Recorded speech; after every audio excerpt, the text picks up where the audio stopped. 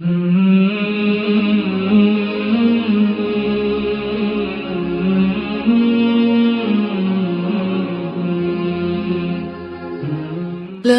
إله إلا الله محمد رسول الله نحمده ونصلي على رسوله الكريم اما بعد فاعوذ بالله من الشيطان الرجيم بسم الله الرحمن الرحيم رب اشرح لي صدري ويسر لي امري واحلل عقدة من لساني يفقهوا قولي اذا سألك عبادي عني فاني قريب اجيب دعوة الداعي اذا دعان فَلْيَسْتَجِيبُوا لِي وَلْيُؤْمِنُوا بِي لَعَلَّهُمْ يَرْشُدُونَ۔ اور جب میرے بندے آپ سے میرے بارے میں سوال کریں تو کہہ دیجئے بے شک میں قریب ہوں، میں پکارنے والے کی پکار کا جواب دیتا ہوں۔ جب وہ مجھے پکارے تو ان کو چاہیے کہ وہ بھی میرا حکم مانیں اور مجھ پر ایمان رکھیں تاکہ وہ ہدایت پا جائیں۔ السلام علیکم ورحمۃ اللہ وبرکاتہ۔ کیا حال ہے سب کا؟ الحمدللہ۔ علم چاہنے والا کبھی سیر نہیں ہوتا، یعنی اس کا پیٹ بھرتا ہی نہیں، کبھی اس کو تسلی ہوتی ہی نہیں، یعنی جس کو علم کی چاٹ لگ جائے پھر وہ مزید طلب کرتا رہتا ہے۔ وَقُلْ رَبِّ زِدْنِي عِلْمًا۔ نبی صلی اللہ علیہ وسلم نے فرمایا دو لوگ کبھی سیر نہیں ہوتے، علم کا سیکھنے والا اور دنیا کا چاہنے والا۔ تو اب ہمیں یہ دیکھنا چاہیے کہ ہم ان دونوں میں سے کون ہیں، یعنی کیا ہماری خواہش علم حاصل کرنے کی زیادہ ہے، اس میں ہمیں زیادہ مزہ آتا ہے، اس کے لیے ہم محنت زیادہ کرتے ہیں، اس کے لیے اپنا مال لگاتے ہیں، اپنا وقت لگاتے ہیں، یا پھر صرف دنیا کا مال اکٹھا کرنے میں۔ علم جذب کرنے والوں کی ایک خوبصورت مثال دی گئی۔ ابو موسیٰ نبی صلی اللہ علیہ وسلم سے بیان کرتے ہیں کہ آپ صلی اللہ علیہ وسلم نے فرمایا، اللہ نے مجھے جو ہدایت اور علم دے کر بھیجا ہے اس کی مثال تیز بارش کی سی ہے جو زمین پر برسے۔ صاف اور عمدہ زمین تو پانی کو جذب کر لیتی ہے اور بہت سا گھاس اور سبزہ اگاتی ہے، جبکہ سخت زمین پانی کو روک لیتی ہے۔ پھر اللہ اس سے لوگوں کو فائدہ پہنچاتا ہے، لوگ خود بھی پیتے ہیں اور جانوروں کو بھی سیراب کرتے ہیں اور اس کے ذریعے کھیتی باڑی بھی کرتے ہیں۔ کچھ بارش ایسے حصے پر پڑی جو صاف اور چٹیل میدان تھا، وہ نہ تو پانی کو روکتا ہے نہ سبزہ اگاتا ہے۔ بس یہی مثال اس شخص کی ہے جس نے اللہ کے دین میں سمجھ حاصل کی اور جو علم دے کر اللہ نے مجھے مبعوث کیا ان سے اسے فائدہ ہوا، یعنی اس نے خود سیکھا اور دوسروں کو سکھایا۔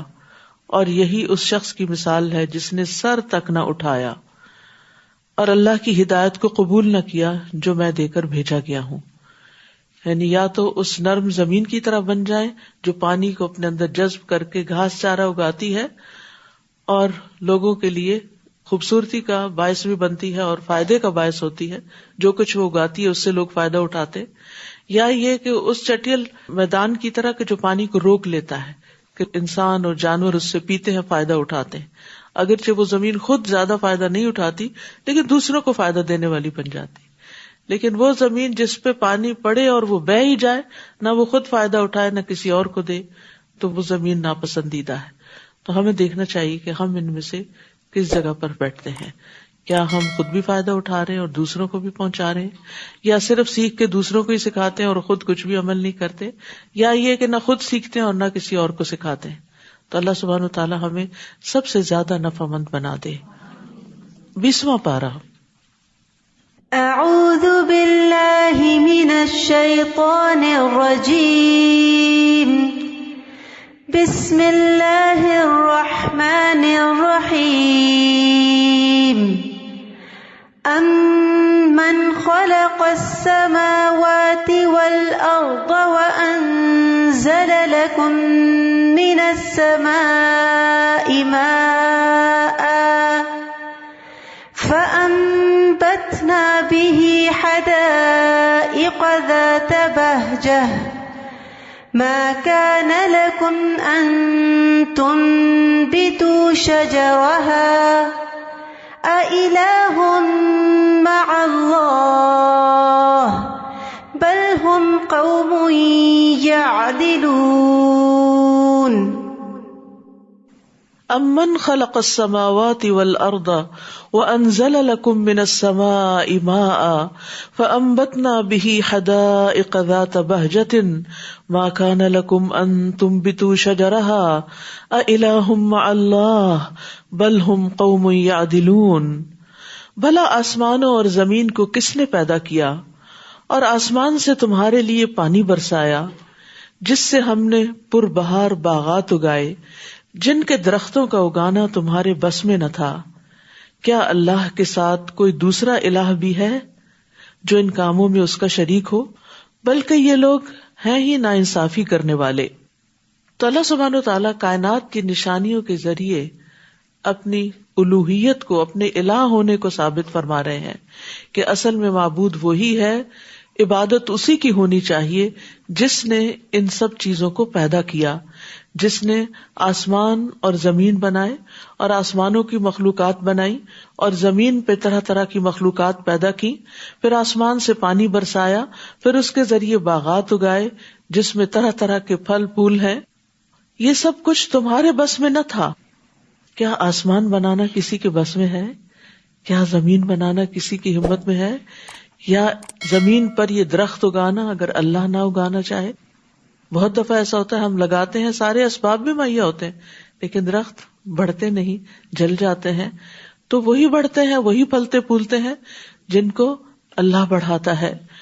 تو یہ ساری چیزیں اس بات کی دلیل ہے کہ صرف اللہ ہی خالق ہے، وہی مالک ہے، وہی رازق ہے، اس لیے وہی دراصل الہ ہے، وہی معبود ہے. الہ مع اللہ، کیا اللہ کے ساتھ کوئی اور بھی اس کام میں اس کا شریک ہے؟ نہیں، بلکہ یہ لوگ ناانصافی سے کام لے رہے ہیں کہ خالق تو وہ ہو، رازق تو وہ ہو، اور پھر انسان اس کو چھوڑ کر دوسروں کی عبادت کرے، غیروں کی عبادت کرے. تو یہ الہ کا لفظ جو ہے یہ بار بار یہاں ریپیٹ ہوگا. الہ کا لفظ جو ہے یہ معبود کے معنوں میں آتا ہے. توحید کی ایک قسم توحید الوہیت ہوتی ہے، دوسری توحید ربوبیت اور تیسری توحید اسماء و صفات. تو یہاں توحید الوہیت کو ثابت کیا جا رہا ہے اور اس کا معنی ہوتا ہے اللہ کو یکتا معبود ماننا. وَاعْبُدُوا اللَّهَ وَلَا تُشْرِكُوا بِهِ شَيْئًا، اور اس بات کو اچھی طرح یاد رکھنا کہ اللہ کے سوا کوئی الہ نہیں. وَإِلَٰهُكُمْ إِلَٰهٌ وَاحِدٌ لَا إِلَٰهَ إِلَّا هُوَ الرَّحْمَٰنُ الرَّحِيمُ. تمہارا الہ ایک ہی الہ ہے، اس کے سوا کوئی الہ نہیں، وہ نہایت مہربان، بڑا رحم کرنے والا ہے. تو جو خالق ہے وہی دراصل عبادت کا مستحق ہے. مشرکین مکہ اللہ کو خالق تو مانتے تھے لیکن اللہ کے الہ ہونے میں شرک کرتے تھے، یعنی اوروں کو بھی اپنی عبادت میں شریک کرتے، ان کے نام کی نظر و نیاز چڑھاتے اور ان کے آگے سجدے کرتے اور ان سے دعائیں کرتے. تو اسی لیے رسول اللہ صلی اللہ علیہ وسلم نے آ کر سب سے پہلے اس بنیادی خرابی کو دور کیا کہ جب انسان کا یہ عقیدہ درست ہو جاتا ہے کہ میرا پیدا کرنے والا ایک اللہ ہے، تو پھر اس کی ساری توجہات اس کی طرف ہوتی ہیں، پھر اسی کی وہ بات مانتا ہے، اسی کی خاطر وہ زمین پہ چلتا پھرتا ہے اور جیتا ہے. تو اس لیے جب تک انسان کا عقیدہ درست نہ ہو، توحید انسان کے اندر راسخ نہ ہو، اس وقت تک اس کا اخلاق، اس کی عبادات، اس کے معاملات اور اس کا باقی طرز زندگی درست نہیں ہو سکتا. تو یہ وہ بنیادی بیج ہے جس پر اسلام کے درخت کی خوبصورتی کا انحصار ہے. تمام انبیاء کی بنیادی دعوت یہی رہی ہے اور نبی صلی اللہ علیہ وسلم کی بنیادی دعوت بھی یہی تھی. اور ہم جب دین کی تعلیم دیں، تبلیغ کریں، تو لوگوں کے اندر سب سے پہلے اسی الوہیت کے سبق کو پکا کریں کہ سچے دل سے اللہ کو اپنا الہ مانے، کیونکہ اسی کی وجہ سے انسان آخرت میں نجات پائے گا. اور اگر اللہ کے سوا دوسروں کی طرف وہ متوجہ ہوتا ہے تو یہ چیز انسان کے اندر بے چینی بھی پیدا کرتی ہے اور آخرت میں اس کا انجام بھی بھیانک ہوگا. امن جعل الارض قرارا وجعل خلالها انہارا وجعل لها رواسي وجعل بين البحرين حاجزا اإلہ مع اللہ بل اکثرهم لا يعلمون. بھلا کس نے زمین کو جائے قرار بنایا؟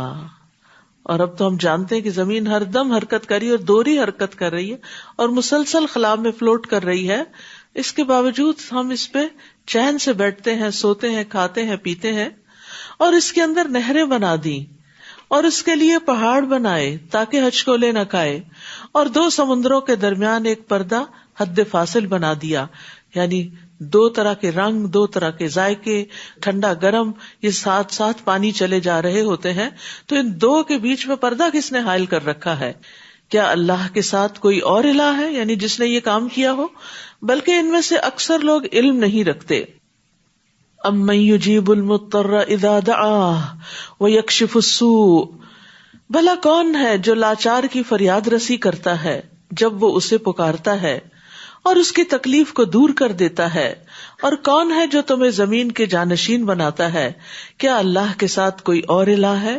تم لوگ تھوڑا ہی غور کرتے ہو، یعنی انسان کے اوپر آنے والی تکلیفوں کو دور کرنے والا بھی وہی ہے، اور اسی طرح زمین پر اس نے تمہیں باری باری پیدا کیا۔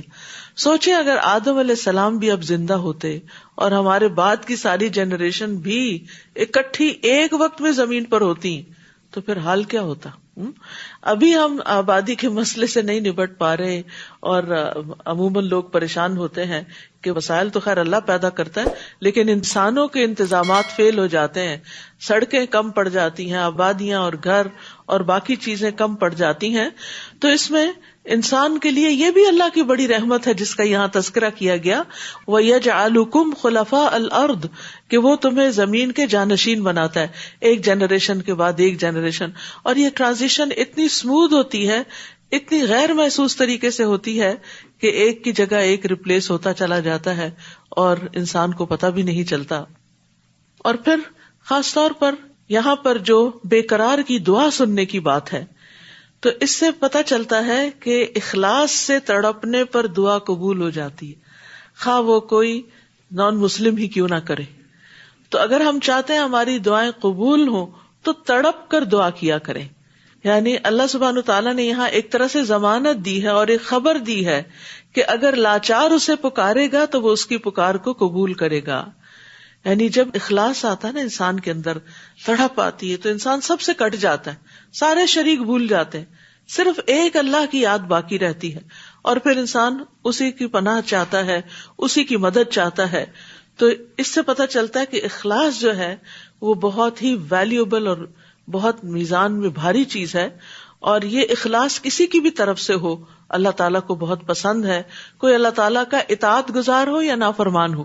یعنی اگر ہمیں یہ احساس بھی ہو نا کہ ہم بہت نیک نہیں ہیں اور ہم تو گناہ گار ہیں، ہماری دعا نہیں سنتا، تو اپنے اندر اخلاص پیدا کر لیں اور تڑپ تڑپ کر اور رو رو کر اور گڑ گڑا کر دعا کریں، تو انشاءاللہ اللہ تعالیٰ آپ کی بھی ضرور سنے گا، کیونکہ انسان اللہ کو جو پکارتا ہے تو کہتا ہے تو ہی میرا اللہ ہے نا، تیرے سوا کہاں جاؤں، کوئی اور نہیں میری مدد کرنے والا، میری ساری توقعات اور امیدیں تجھی پر، میرا بھروسہ اور توکل تجھی پر ہے، تو نے ہی کرنا ہے۔ تو پھر جب ہم کہتے ہیں نا تو نے ہی کرنا ہے، یہی اخلاص ہے کہ ہم سب سے کٹ جاتے ہیں اور صرف ایک اللہ سے مانگ رہے ہوتے ہیں۔ بھلا کون ہے جو تمہیں خشکی اور سمندر کی تاریکیوں میں راہ دکھاتا ہے اور اپنی رحمت سے بیشتر ہواؤں کو بشارت کے طور پر بھیجتا ہے؟ کیا اللہ کے ساتھ کوئی اور الہ بھی ہے؟ اللہ اس شرک سے بہت بلند ہے جو یہ لوگ کرتے ہیں۔ بھلا کون ہے جو خلقت کی ابتدا کرتا ہے پھر اس کا اعادہ کرے گا، اور کون ہے جو تمہیں آسمان اور زمین سے رزق دیتا ہے؟ کیا اللہ کے ساتھ کوئی اور الہ ہے؟ آپ ان سے کہیے اگر تم سچے ہو تو اپنی کوئی دلیل لے کر آؤ، یعنی اگر تم غیر اللہ کی طرف رغبت کرتے ہو اور ان کی طرف مائل ہوتے ہو تو پھر کوئی دلیل لاؤ کہ واقعی انہوں نے بھی کوئی کارنامہ کیا ہے اور انہوں نے بھی کچھ پیدا کیا ہے۔ اور یہاں انڈائریکٹلی اس بات کی بھی یاد دہانی کرا دی گئی کہ جس نے پہلی بار پیدا کیا وہ پھر بھی کرے گا اور تمہارا حساب بھی لے گا۔ آپ ان سے کہیے اللہ کے سوا آسمانوں اور زمین کی پوشیدہ چیزوں کو کوئی بھی نہیں جانتا، وہ تو یہ بھی نہیں جانتے کہ انہیں کب اٹھایا جائے گا، یعنی اللہ کے سوا تو کسی کو یہ بھی نہیں پتا کہ مرنے کے بعد دوبارہ کب زندہ ہوں گے، بلکہ آخرت کے بارے میں ان کے علم نے گھٹنے ٹیک دیے ہیں، بلکہ یہ اس کی نسبت شک میں ہے، بلکہ یہ اس سے اندھے ہو چکے ہیں۔ تو اس سے یہ پتا چلتا ہے کہ آخرت کا علم، قیامت آنے کا علم صرف اور صرف اللہ کے پاس ہے، انبیاء اور فرشتوں کو بھی قیامت کا علم نہیں۔ تو یہ پوچھنے کی بجائے کہ قیامت کب آئے گی، یہ سوچنا چاہیے کہ جب آئے گی تو پھر کیا ہوگا، تو مجھے اس کی تیاری کیسے کرنی چاہیے. ایک شخص نے نبی صلی اللہ علیہ وسلم سے قیامت کے متعلق سوال کیا. اس نے پوچھا کہ قیامت کب آئے گی؟ آپ نے فرمایا کیا تم نے اس کی تیاری کر لی ہے؟ اس نے کہا کچھ بھی نہیں مگر یہ کہ میں اللہ اور اس کے رسول سے محبت کرتا ہوں. تو آپ نے فرمایا تم قیامت کے دن اسی کے ساتھ ہوگے جس سے تم محبت کرتے ہو. تو ہمیں اپنے دلوں کا جائزہ لینا چاہیے کہ ہمارے دلوں میں اللہ اور اس کے رسول کی محبت کتنی ہے. انس کہتے ہیں ہم اس بات سے اتنا خوش ہوئے کہ اتنا کسی اور بات سے نہیں کہ نبی صلی اللہ علیہ وسلم نے یہ فرما دیا کہ تم اس کے ساتھ ہو کہ جس سے تم محبت کرتے ہو. تو ہم نبی صلی اللہ علیہ وسلم سے محبت کرتے ہیں. اور انس کہتے ہیں کہ میں نبی صلی اللہ علیہ وسلم، ابو بکر اور عمر سے محبت رکھتا ہوں. مجھے امید ہے کہ میں اپنی اس محبت کی وجہ سے انہی کے ساتھ ہوں گا اگرچہ میرے عمل ان جیسے نہیں. اصل میں انسان جس سے محبت کرتا ہے نا اس کو اپنا آئیڈیل بنا لیتا ہے اور پھر اس جیسا لاشعوری طور پر بننے کی کوشش کرتا ہے. یعنی قدرتی طور پر مثلا آپ کو کسی کی قرات پسند ہے تو آپ انکانشیسلی اس کی قرات کی کاپی کرنے لگتے ہیں، یعنی اس جیسا پھر بننے کی کوشش کرتے ہیں. اور کافر یہ پوچھتے ہیں کہ جب ہم اور ہمارے آباء و اجداد مٹی بن جائیں گے تو کیا پھر قبروں سے نکالے جائیں گے؟ یعنی وہ آخرت پر ایمان نہیں رکھتے، دوبارہ پیدا ہونا انہیں ایک مشکل کام نظر آتا ہے. یہ بات تو ہمیں اور اس سے پیشتر ہمارے آباء و اجداد کو بھی کہی جاتی رہی ہے. یہ تو بس پہلے لوگوں کے افسانے ہیں، یعنی اس بات میں انہیں شک تھا. آپ ان سے کہیے ذرا زمین میں چل پھر کر تو دیکھو کہ مجرموں کا انجام کیسا ہوا تھا.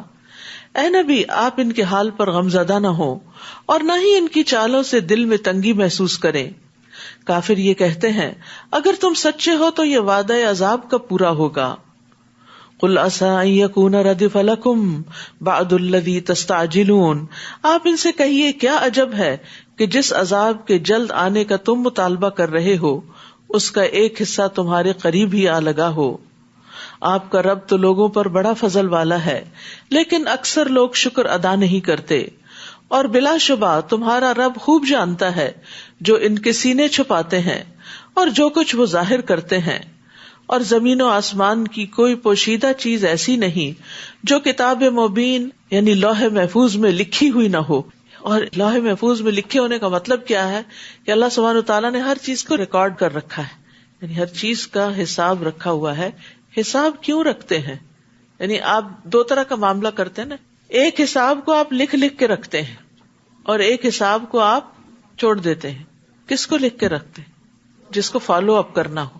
تو سب کچھ جو لکھا ہوا ہے اس کا مطلب یہ ہے کہ ان سب چیزوں کا دوبارہ اٹھا کے بندوں کا حساب ہونا ہے اور پھر وہ کتاب حق کے ساتھ گواہی بھی دے گی. بلا شبہ قرآن بنی اسرائیل پر اکثر وہ باتیں بیان کرتا ہے جن میں وہ اختلاف رکھتے ہیں اور یہ مومنوں کے لیے ہدایت اور رحمت ہے. سبحان اللہ، اس کتاب کی تعریف ہے یہ، وَإِنَّهُ لَهُدًى وَرَحْمَةٌ لِّلْمُؤْمِنِينَ. اب یہاں پر مومنین کے لیے کیوں ہدایت ہے اور مومنوں کے لیے کیوں رحمت ہے؟ مومنوں کو کیوں خاص کیا گیا ہے؟ اس لیے کہ اس کی ہدایت سے اور رحمت سے مومن ہی فائدہ اٹھاتے ہیں، ورنہ یہ کتاب تو سارے جہان والوں کے لیے آئی ہے. تو جو اس پر ایمان نہیں رکھتا وہ اس سے ہدایت بھی حاصل نہیں کرتا. تو اس پر ایمان کا تقاضا یہ ہے کہ ہم اس سے رہنمائی حاصل کریں. آپ کا رب اپنے حکم سے ان کے درمیان فیصلہ کر دے گا اور وہ زبردست اور سب کچھ جاننے والا ہے. فَتَوَكَّلْ عَلَى اللَّهِ إِنَّكَ عَلَى الْحَقِّ الْمُبِينِ. آپ اللہ پر بھروسہ کیجئے، یقیناً آپ صریح حق پر ہیں.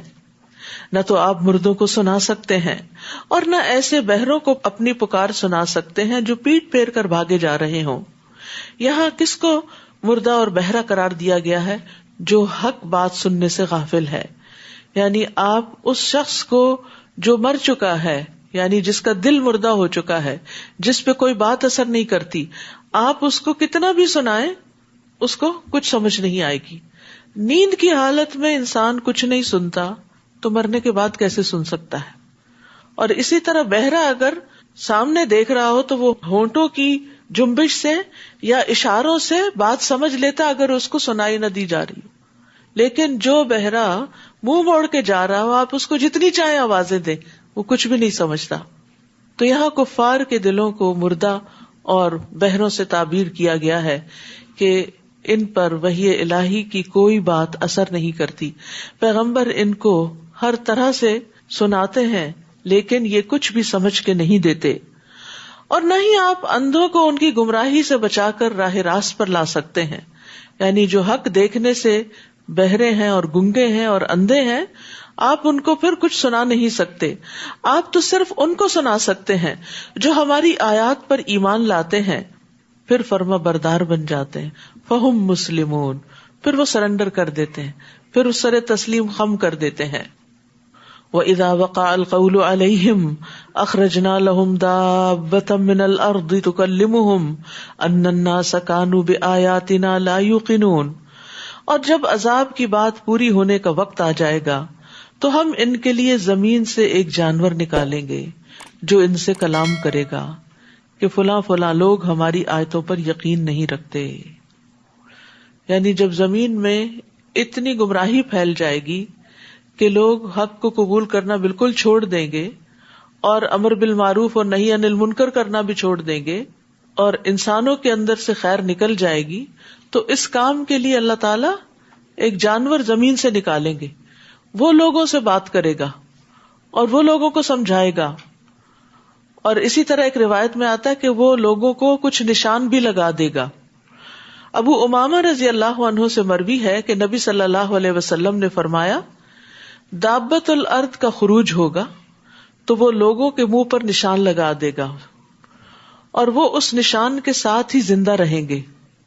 حتیٰ کہ اگر ایک آدمی کوئی اونٹ خریدے گا اور کوئی شخص اس سے پوچھے گا کہ یہ اونٹ تم نے کس سے خریدا ہے، تو وہ جواب دے گا کہ یہ میں نے اس شخص سے خریدا جس کے منہ پہ نشان لگا ہوا ہے.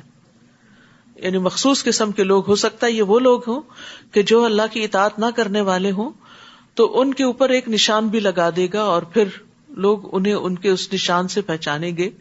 احادیث سے اس کی بہت تفصیلات ملتی ہیں کہ یہ قیامت کی نشانیوں میں سے ایک نشانی ہے کہ اللہ تعالیٰ بندوں پر ایک حجت تمام کرے گا.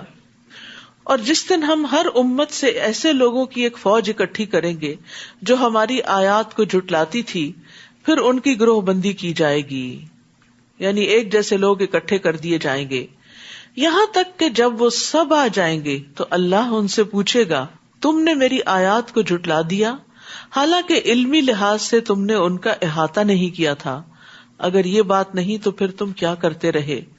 یعنی آج بھی آپ دیکھیں کہ بہت سے لوگ جو کہتے بھی ہیں کہ ہم مسلمان ہیں، لیکن وہ قرآن کی کچھ آیتوں کے اوپر اعتراض کرتے رہتے ہیں اور ان کی حکمت نہیں جانتے، مصلحت نہیں جانتے. اور ایسا کیوں ہوتا ہے؟ یہ کم علمی کی بنا پر ہوتا ہے. اس میں سے ایک مسئلہ تقدیر کا بھی ہے. اکثر لوگ اس بارے میں پریشان رہتے ہیں اور اس بارے میں نعوذ باللہ اللہ تعالیٰ پر الزام بھی دیتے ہیں اور ناراضگی کا اظہار بھی کرتے ہیں کہ اللہ تعالیٰ بے گناہ لوگوں کو کیوں مرنے دیتا ہے، یا ظالموں کو ظلم کیوں کرنے دیتا ہے، یا اگر سب کچھ لکھا گیا ہے تو پھر ہماری چوائس کہاں رہ گئی، وغیرہ وغیرہ. یہ سب باتیں لا علمی یا کم علمی کی بنا پر ہوتی ہیں. سب سے بڑی بات تو یہ ہے کہ اگر ہم کسی چیز کو نعوذ باللہ اللہ کا ظلم سمجھتے ہیں تو پہلی بات یہ ہے کہ اللہ سبحانہ تعالیٰ اپنے بارے میں قرآن مجید میں واضح طور پہ کہتا ہے، وما انا بظلام للعبید، کہ میں بندوں پر ہرگز ظلم کرنے والا نہیں ہوں. تو اگر آپ قرآن کو مانتے ہیں تو قرآن تو آپ کو بتا رہا ہے کہ وہ ظلم نہیں کرتا. یہ اس نے ظلم نہیں کیا بندوں پر، یہ تو بندے ایک دوسرے پر ظلم کرتے ہیں. پھر آپ دیکھیے دوسرا سوال یہ کرتے ہیں کہ اگر اللہ تعالیٰ ہے تو پھر ظلم ہونے کیوں دیتا ہے. یہ بھی اس بات کی دلیل ہے کہ ہمیں نہیں معلوم کہ اللہ تعالیٰ کیسا ہے اور اس کا علم کیسا ہے، اور وہ کچھ بندوں کو کیوں مہلت دے دیتا ہے کہ وہ اپنی حدیں پار کریں، اور جن پر ظلم ہوتا ہے ان کے لیے اس نے کیا تیار کر رکھا ہے. یہ سب باتیں بھی ہمیں نہیں معلوم ہوتی. کم علمی کی وجہ سے ہم اللہ تعالیٰ پر اعتراض کرتے رہتے ہیں.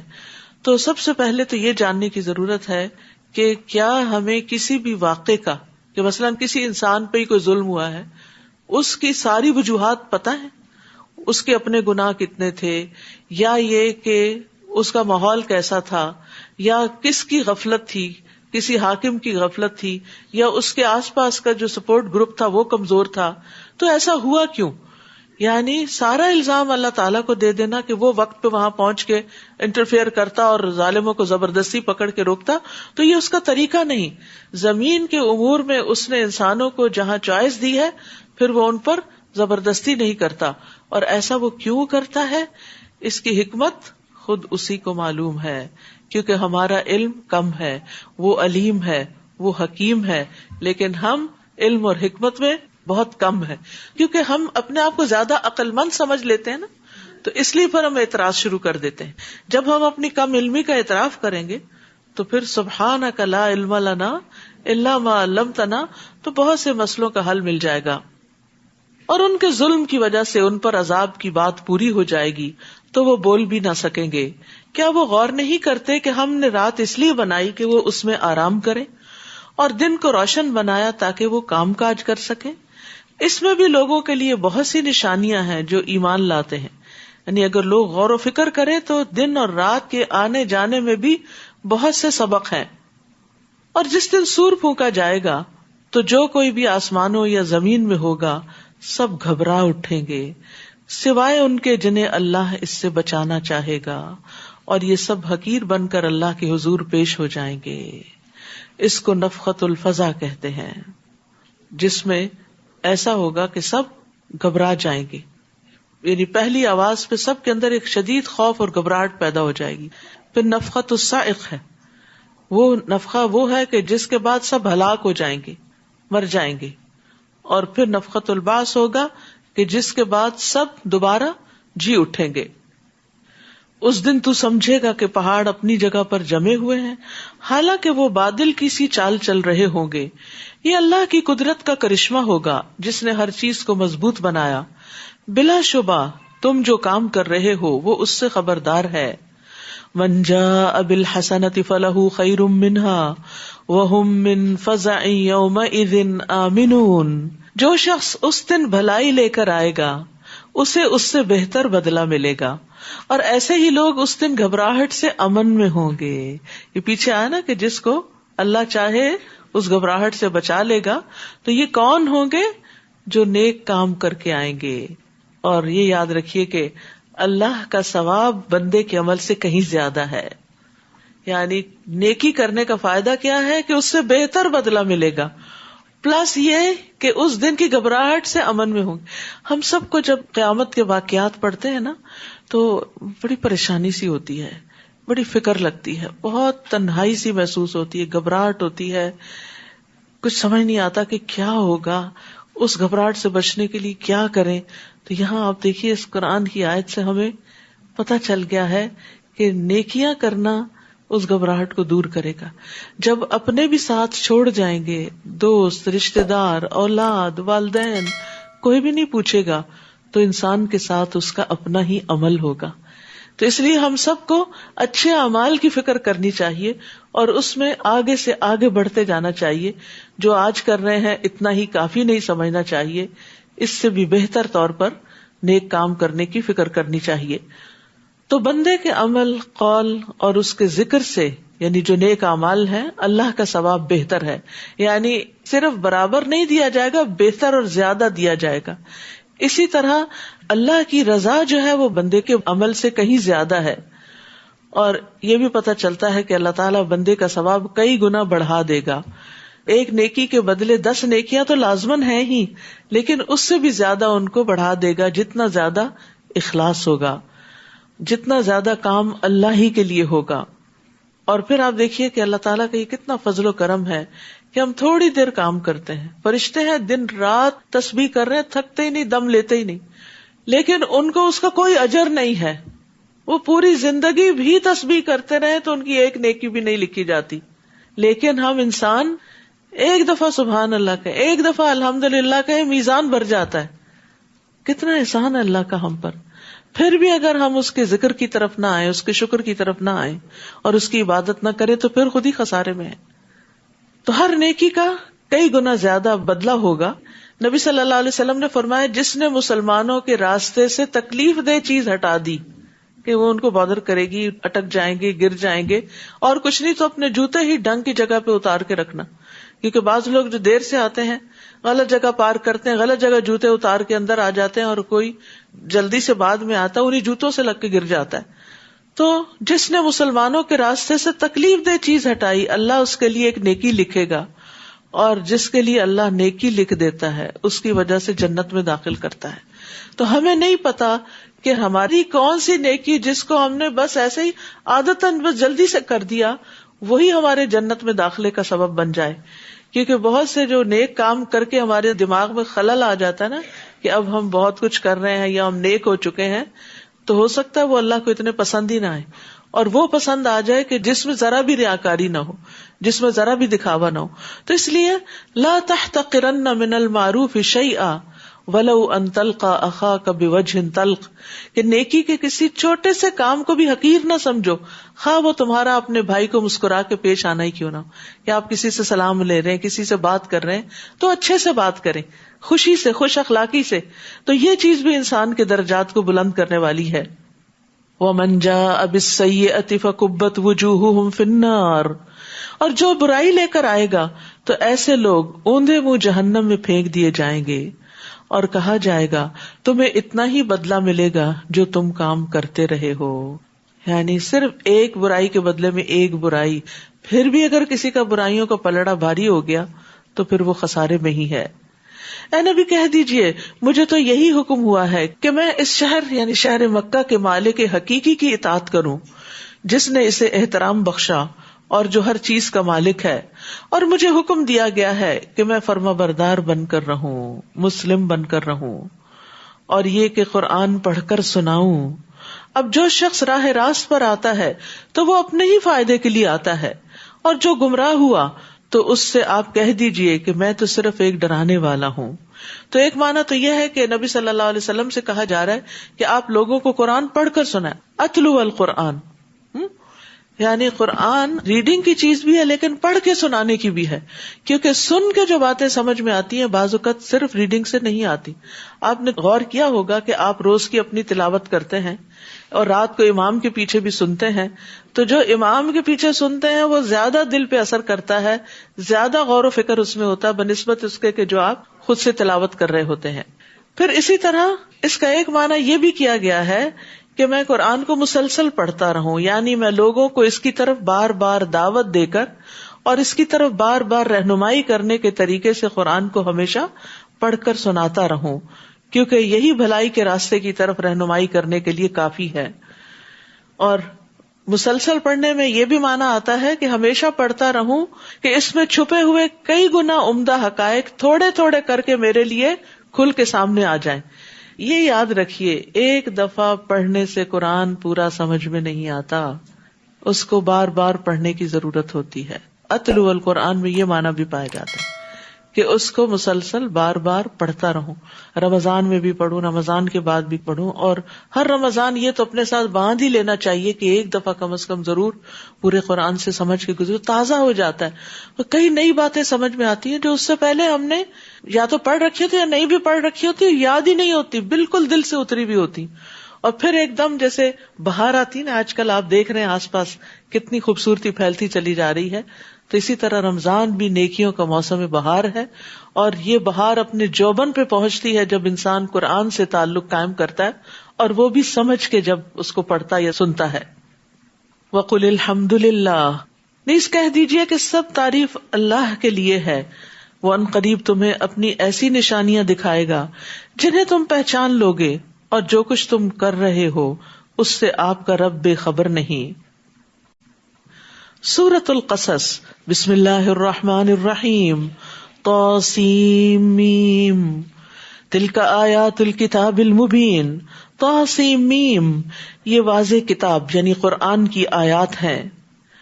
ہم آپ کو موسیٰ اور فرعون کے بالکل سچے حالات پڑھ کر سناتے ہیں. نتلو، پڑھ کے سناتے ہیں، ان لوگوں کے فائدے کے لیے جو ایمان لاتے ہیں. فرعون نے ملک مصر میں سرکشی اختیار کر رکھی تھی اور اپنی رعیت کو کئی گروہ بنا دیا تھا، اور ان میں سے ایک گروہ بنی اسرائیل کو بہت کمزور بنا رکھا تھا. یعنی ایک گروہ جو بنی اسرائیل کا تھا اس کو بہت ہی کمزور کر رکھا تھا. وہ اس گروہ کے لڑکوں کو تو قتل کر دیتا مگر لڑکیوں کو زندہ رہنے دیتا. بلا شبہ وہ معاشرے میں بگاڑ پیدا کرنے والوں میں سے تھا. یعنی جو لیڈر یہ کام کرتے ہیں وہ دراصل زمین پر فساد کرتے ہیں، جن کے یہ ٹریٹس ہوتے ہیں جو فرعون کے تھے. سورۃ القصص جو ہے اس میں موسیٰ علیہ السلام کا قصہ بہت تفصیل سے بیان ہوا ہے. کس پس منظر میں موسیٰ علیہ السلام آئے، ان کی پیدائش کے فوراً بعد پیش آنے والے حالات، اور پھر اس کے بعد ان کی جوانی کیسے گزری، اور پھر شادی کیسے ہوئی، اور پھر اس کے بعد یہ کہ واپس کس طرح آئے اور بنی اسرائیل کو آزاد کرایا. گویا موسیٰ علیہ السلام کی پوری لائف جو ہے وہ اس صورت سے واضح ہو جاتی ہے. تو یہاں پر ہم دیکھتے ہیں کہ فرعون نے ملک کے اندر تفرقہ بازی کا بازار گرم کر رکھا تھا، اور اس سے مقصد کیا تھا کہ لوگ آپس میں لڑتے رہیں تاکہ وہ ان پہ حکومت کرتا رہے. جسے کہتے ہیں نا ڈیوائڈ اینڈ رول، کہ آپ لوگوں کو آپس میں گتھم گتھا ہونے دیں اور آپ ان کے اوپر مسلط ہوئے رہیں. ان کو یہ توجہ ہی نہ ہو کہ ہمارا حاکم ہمارے ساتھ کیا کر رہا ہے. اور موسیٰ علیہ السلام ان حالات میں پیدا ہوئے کہ جب بنی اسرائیل بہت کمزور تھے، اتنے کمزور کہ فرعون نے کہا جاتا ہے کہ خواب دیکھا تھا جس میں اس نے دیکھا کہ بنی اسرائیل کا ایک بچہ بڑے ہو کر اس کی حکومت ختم کر دے گا، اس کو مار ڈالے گا. تو اس بنا پر اس نے بنی اسرائیل کے بچوں کا یعنی لڑکوں کا قتل عام شروع کر دیا. پھر کچھ عرصے بعد احساس ہوا کہ اگر ہم اسی طرح ان کو قتل کرتے رہے تو ہماری خدمت کون کرے گا، کیونکہ بنی اسرائیل ہی سے تو سارے کام کروائے جا رہے تھے. تو انہوں نے پھر یہ طے کیا کہ 1 سال پیدا ہونے والے بچوں کو ہم زندہ چھوڑ دیں گے اور 1 سال پیدا ہونے والوں کو مار دیں گے. تو جس سال ہارون علیہ السلام پیدا ہوئے وہ سال وہ تھا کہ جب بچے نہیں قتل کیے جا رہے تھے، اور جس سال موسیٰ علیہ السلام پیدا ہوئے اس میں بچوں کو قتل کیا جا رہا تھا. تو اللہ تعالیٰ نے ان کی حفاظت کے لیے پھر کیا طریقہ اختیار کیا، آگے اس کی تفصیلات آئیں گی. اور ہم یہ چاہتے تھے کہ جس گروہ کو اس ملک میں کمزور بنایا گیا ہے اس پر احسان کریں اور انہیں امام بنا دیں اور اس ملک کے وارث بنائیں اور انہیں اس ملک میں اقتدار بخشیں، اور فرعون اور حامان اور ان کے لشکروں کو وہی کچھ دکھا دیں جس کا انہیں بنی اسرائیل سے خطرہ تھا. تو اس کے لیے اللہ تعالیٰ نے ایک تدبیر کی. وہ تدبیر کیا تھی؟ ہم نے موسیٰ کی والدہ کی طرف الہام کیا. الہام کہتے ہیں خفیہ اشارہ. ہو سکتا ہے کہ فرشتہ نظر آیا اور ہو سکتا ہے کہ دل میں بات ڈالی گئی ہو کہ اس بچے موسیٰ کو دودھ پلاتی رہو، پھر جب تجھے اس کے قتل کا خطرہ ہو تو اسے دریا میں ڈال دینا، اور کچھ خوف نہ رکھنا اور نہ غم کھانا.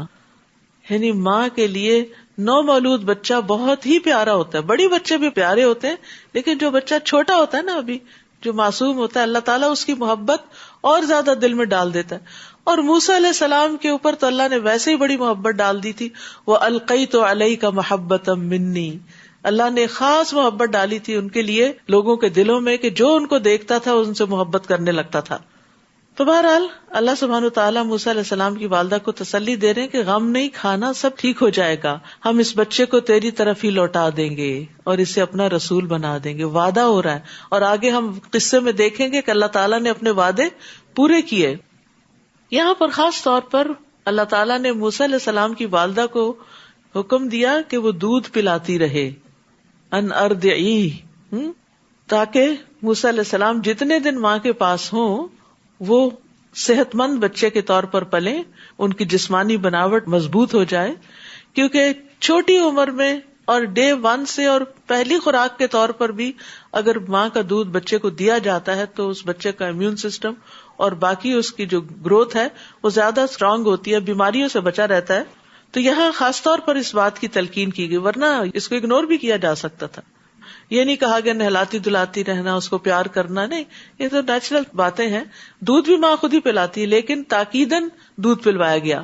اور آپ کو معلوم ہے نا کہ پھر موسیٰ علیہ السلام کتنے اسٹرانگ تھے کہ وہ مدین میں جا کر ایک پتھر جس کو اٹھایا تھا، جس کو 10 لوگ اٹھاتے ہیں، تو اس بچی نے نوٹ کیا اور اپنے باپ سے کہا کہ قوی امین ہے. تو باپ نے پوچھا قوی کہاں سے، تمہیں کیسے پتا چلا کہ یہ قوی ہے؟ کہا میں نے دیکھا کہ وہ ایک پتھر کو اٹھا کے دوسری طرف رکھ رہا ہے جس کو 10 آدمی مل کے اٹھاتے ہیں. تو اس سے اندازہ لگائیں کہ اس ماں کے دودھ پیے ہوئے کا ان کی شخصیت پر کیسا اثر رہا. چنانچہ فرعون کے گھر والوں نے اس بچے کو اٹھا لیا. اب بچہ وہاں سے ان کے کنارے پہ جا پہنچا. کہ وہ ان کے لیے دشمن اور رنج کا باعث بنے. بلا شبہ فرعون، حامان اور ان کے لشکر خطا کار لوگ تھے. اور فرعون کی بیوی فرعون سے کہنے لگی، یہ بچہ تو میری اور تیری آنکھوں کی ٹھنڈک ہے. روایات میں آتا ہے اس نے کہا تھا تمہاری تو ہے میری نہیں. تو بیوی نے بہت اچھے طریقے سے بات کی. دیکھیے کہ اتنا مشکل کام کروا لیا اس نے کہ بنی اسرائیل کا بچہ جو ہے اس کو اپنا بچہ بنا لیا. اسے قتل نہ کرو کیونکہ اس پر قتل واجب تھا اس کے قانون کے مطابق. کیا عجیب ہے کہ یہ ہمارے لیے مفید ثابت ہو یا ہم اسے بیٹا ہی بنا لیں. اور وہ اس کے انجام سے بے خبر تھے.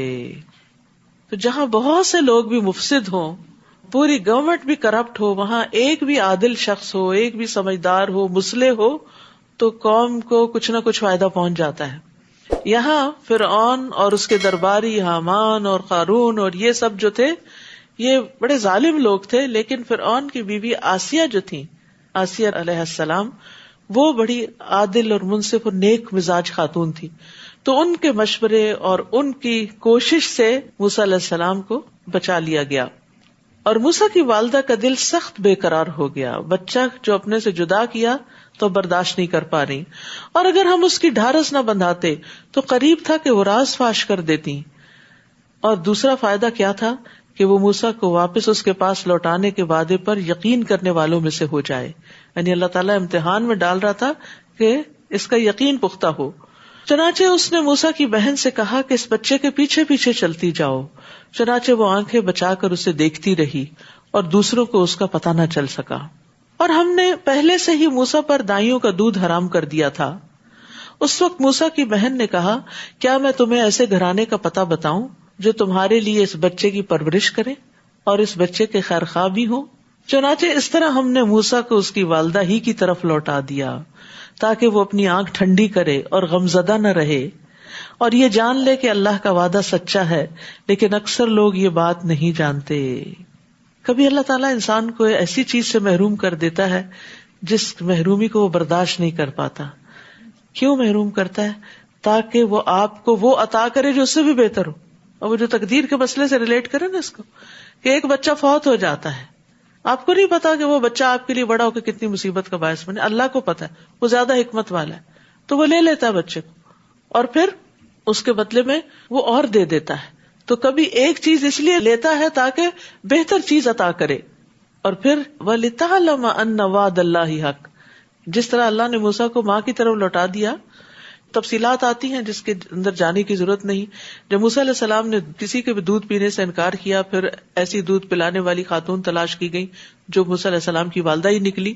اور پھر ان سے انہوں نے کہا فرعونیوں نے کہ تم محل میں شفٹ ہو جاؤ. اس نے کہا کہ نہیں، میرا تو اپنا گھر ہے، بچے ہیں، شوہر ہے، میں یہاں نہیں آ سکتی، بچہ مجھے دے دے، میں پال کے آپ کو دے دوں گی.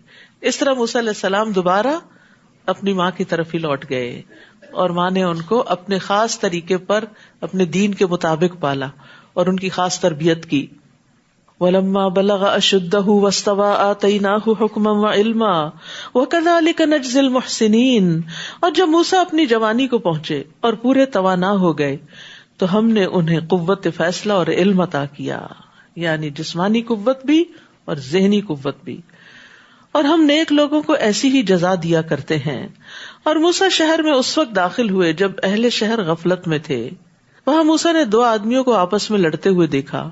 ان میں ایک تو موسیٰ کی اپنی قوم سے تھا اور دوسرا دشمن قوم سے. جو موسیٰ کی اپنی قوم میں سے تھا اس نے موسیٰ سے اس کے خلاف فریاد کی جو دشمن کی قوم سے تھا. موسیٰ نے اسے مکہ مارا تو اس کا کام ہی تمام کر دیا. اب ان ساری آیات کے اندر آپ دیکھیں گے موسیٰ علیہ السلام کی قوت. موسیٰ علیہ السلام نے کہا یہ تو ایک شیطانی حرکت ہے، اپنے عمل کو خود ہی غلط کہہ دیا. بلا شبہ شیطان صریح بہکانے والا دشمن ہے. تو وہ اپنی فطرت پر تھے اور اسی بنا پر انہوں نے اپنی غلطی کو تسلیم کر لیا. قال رب انی ظلمت نفسی فاغفر لی فغفر لہ انہ هو الغفور الرحیم. پھر دعا کی، اے میرے رب بلا شبہ میں نے اپنے آپ پر ظلم کیا ہے، لہٰذا مجھے معاف کر دے. چنانچہ اللہ نے اسے معاف کر دیا. بلا شبہ وہ بڑا بخشنے والا، رحم کرنے والا. تو آپ دیکھیں کہ جب شیطان آپ کو یہ وسوسہ دینا تمہارے گناہ نہیں معاف ہو سکتے، تو آپ کہیں کہ اگر قتل کا گناہ معاف ہو سکتا ہے تو میرا گناہ اس سے تو چھوٹا ہی ہے، اللہ تعالیٰ مجھے بھی معاف کر سکتا ہے. یعنی پر امید رہیں. اور یہاں سے یہ بات بھی پتہ چلتی ہے کہ گناہ کے نتیجے میں آنے والی مصیبت سے چھٹکارا صرف استغفار سے ممکن ہے. تو ہمیں اگر کوئی مصیبت آئی ہوئی ہے اور ہمیں نہیں پتا کس گناہ کی وجہ سے آئی ہوئی ہے تو استغفار کی کثرت کریں. تو موسیٰ علیہ السلام اس مکے پہ نادم ہوئے جو انہوں نے مارا اور اس سے ایک جان چلی گئی. تو اس ندامت کی وجہ سے جو وہ اپنے رب کے حضور جھکے اور گناہ پر بخشش طلب کی تو اللہ تعالیٰ نے ان کے لیے رستہ بنا دیا، اور انہوں نے اس گناہ کو اپنی جان پر ظلم قرار دیا. انی ظلمت نفسی. یاد رکھیے ہمارے گناہ خود ہم ہی کو نقصان دیتے ہیں، کسی اور کو نہیں. نبی صلی اللہ علیہ وسلم معصوم ہونے کے باوجود، گناہوں سے پاک ہونے کے باوجود دن میں 70 سے زیادہ مرتبہ استغفار کرتے تھے اور توبہ کرتے تھے. اور آپ کی اکثر دعا یہ ہوتی تھی، اللہم اغفر لی ما اخطأت وما تعمدت وما اسررت وما اعلنت وما جہلت وما تعمدت. اے اللہ میرے ان گناہوں کو معاف فرما جو میں نے غلطی سے کیے، اور جو میں نے جان بوجھ کر کیے، اور جو میں نے چھپ کر کیے، اور جو میں نے علانیہ طور پر کیے، نادانی میں کیے یا جانتے بوجھتے کیے. اسی طرح نماز میں بھی گناہوں سے بخشش کی دعا کرنی چاہیے. جب التحیات آپ پڑھتے نا تو آخر میں آ کر اللہم انی ظلمت نفسی ظلما کثیرا، پھر یہ عہد کیا کہ اے میرے رب تو نے مجھ پر جو انعام کیا ہے یعنی معاف کر کے، میں کبھی مجرموں کا مددگار نہیں بنوں گا. یہ ہے شکر ادا کرنا کہ آئندہ سے ایسی کوئی غلطی نہیں ہوگی. پھر دوسرے دن صبح سویرے ڈرتے ڈرتے اور خطرے کو بھانپتے ہوئے شہر میں داخل ہوئے تو کیا دیکھتے ہیں کہ وہی شخص جس نے کل ان سے مدد مانگی تھی آج پھر ان سے فریاد کر رہا ہے. موسیٰ نے جواب دیا، تو صریح گمراہ شخص ہے، یعنی تو وہی ہے جس نے کل مجھے بہکایا تھا، آج پھر وہی کر رہے ہو. پھر جب موسیٰ نے ارادہ کیا کہ اس شخص کو پکڑ لیں جو ان لوگوں کا دشمن تھا تو وہ پکار اٹھا، موسیٰ کیا تم مجھے بھی مار ڈالنا چاہتے ہو جیسے کل تم نے ایک آدمی کو مار ڈالا تھا؟ تم تو ملک میں جبار بن کر رہنا چاہتے ہو، اصلاح نہیں کرنا چاہتے. اور اس واقعے کے بعد ایک شخص شہر کے پرلے کنارے سے دوڑتا ہوا آیا، کیونکہ اب موسیٰ علیہ السلام کے قتل کی خبر عام ہو چکی تھی. کہنے لگا، موسیٰ اہل دربار تیرے متعلق مشورہ کر رہے ہیں کہ تمہیں قتل کر ڈالیں، لہٰذا یہاں سے نکل جاؤ، میں یقیناً تمہارا خیر خواہ ہوں. پہلی دفعہ موسیٰ کو قتل کرنے کا خطرہ ان کی پیدائش کے سال کی وجہ سے تھا، دوسری دفعہ پھر وہی زندگی میں مشکل آ گئی. بعض اوقات ایسا بھی ہوتا ہے تو انسان سوچتا ہے یہ بار بار میرے ساتھ ہی ایسا کیوں ہوتا ہے. اللہ کے نبیوں کے ساتھ اس طرح کے بڑے بڑے امتحان آئے ہیں تو ہم کیا چیز ہیں. چنانچہ موسیٰ ڈرتے ڈرتے اور ہر طرف سے خطرے کو بھانپتے ہوئے نکلے، یعنی احتیاطی تدابیر بھی اختیار کی اور دعا بھی کی. قال رب نجنی من القوم الظالمین، اے میرے رب مجھے ان ظالم لوگوں سے بچا لے. پھر جب انہوں نے مدین کی طرف رخ کیا تو کہنے لگے، امید ہے میرا رب مجھے ٹھیک راستے میں ڈال دے گا. آپ دیکھ رہے ہیں یہاں ہر مرحلے پر موسیٰ علیہ السلام دعا کر رہے ہیں، ہر موقع پر اللہ کے ساتھ اپنا کنیکشن مضبوط کر رہے ہیں کہ مجھے امید ہے میرا رب مجھے سیدھا راستہ دکھائے گا. تو انسان راستے کی رہنمائی میں بھی اللہ کا محتاج ہے. جب کبھی راستہ بھول جائے نا اور آپ کا GPS بھی راستہ بھول جائے تو پھر یہ دعا ضرور پڑھیں، عسیٰ ربی ان یہدینی سواء السبیل. سواء السبیل کا مطلب یہ بھی ہے کہ اللہ تعالیٰ مجھے ایسے راستے پہ چلا کہ جو کسی مشقت کے بغیر ہے، بالکل ہموار ہے، مقصد تک پہنچانے والا ہے.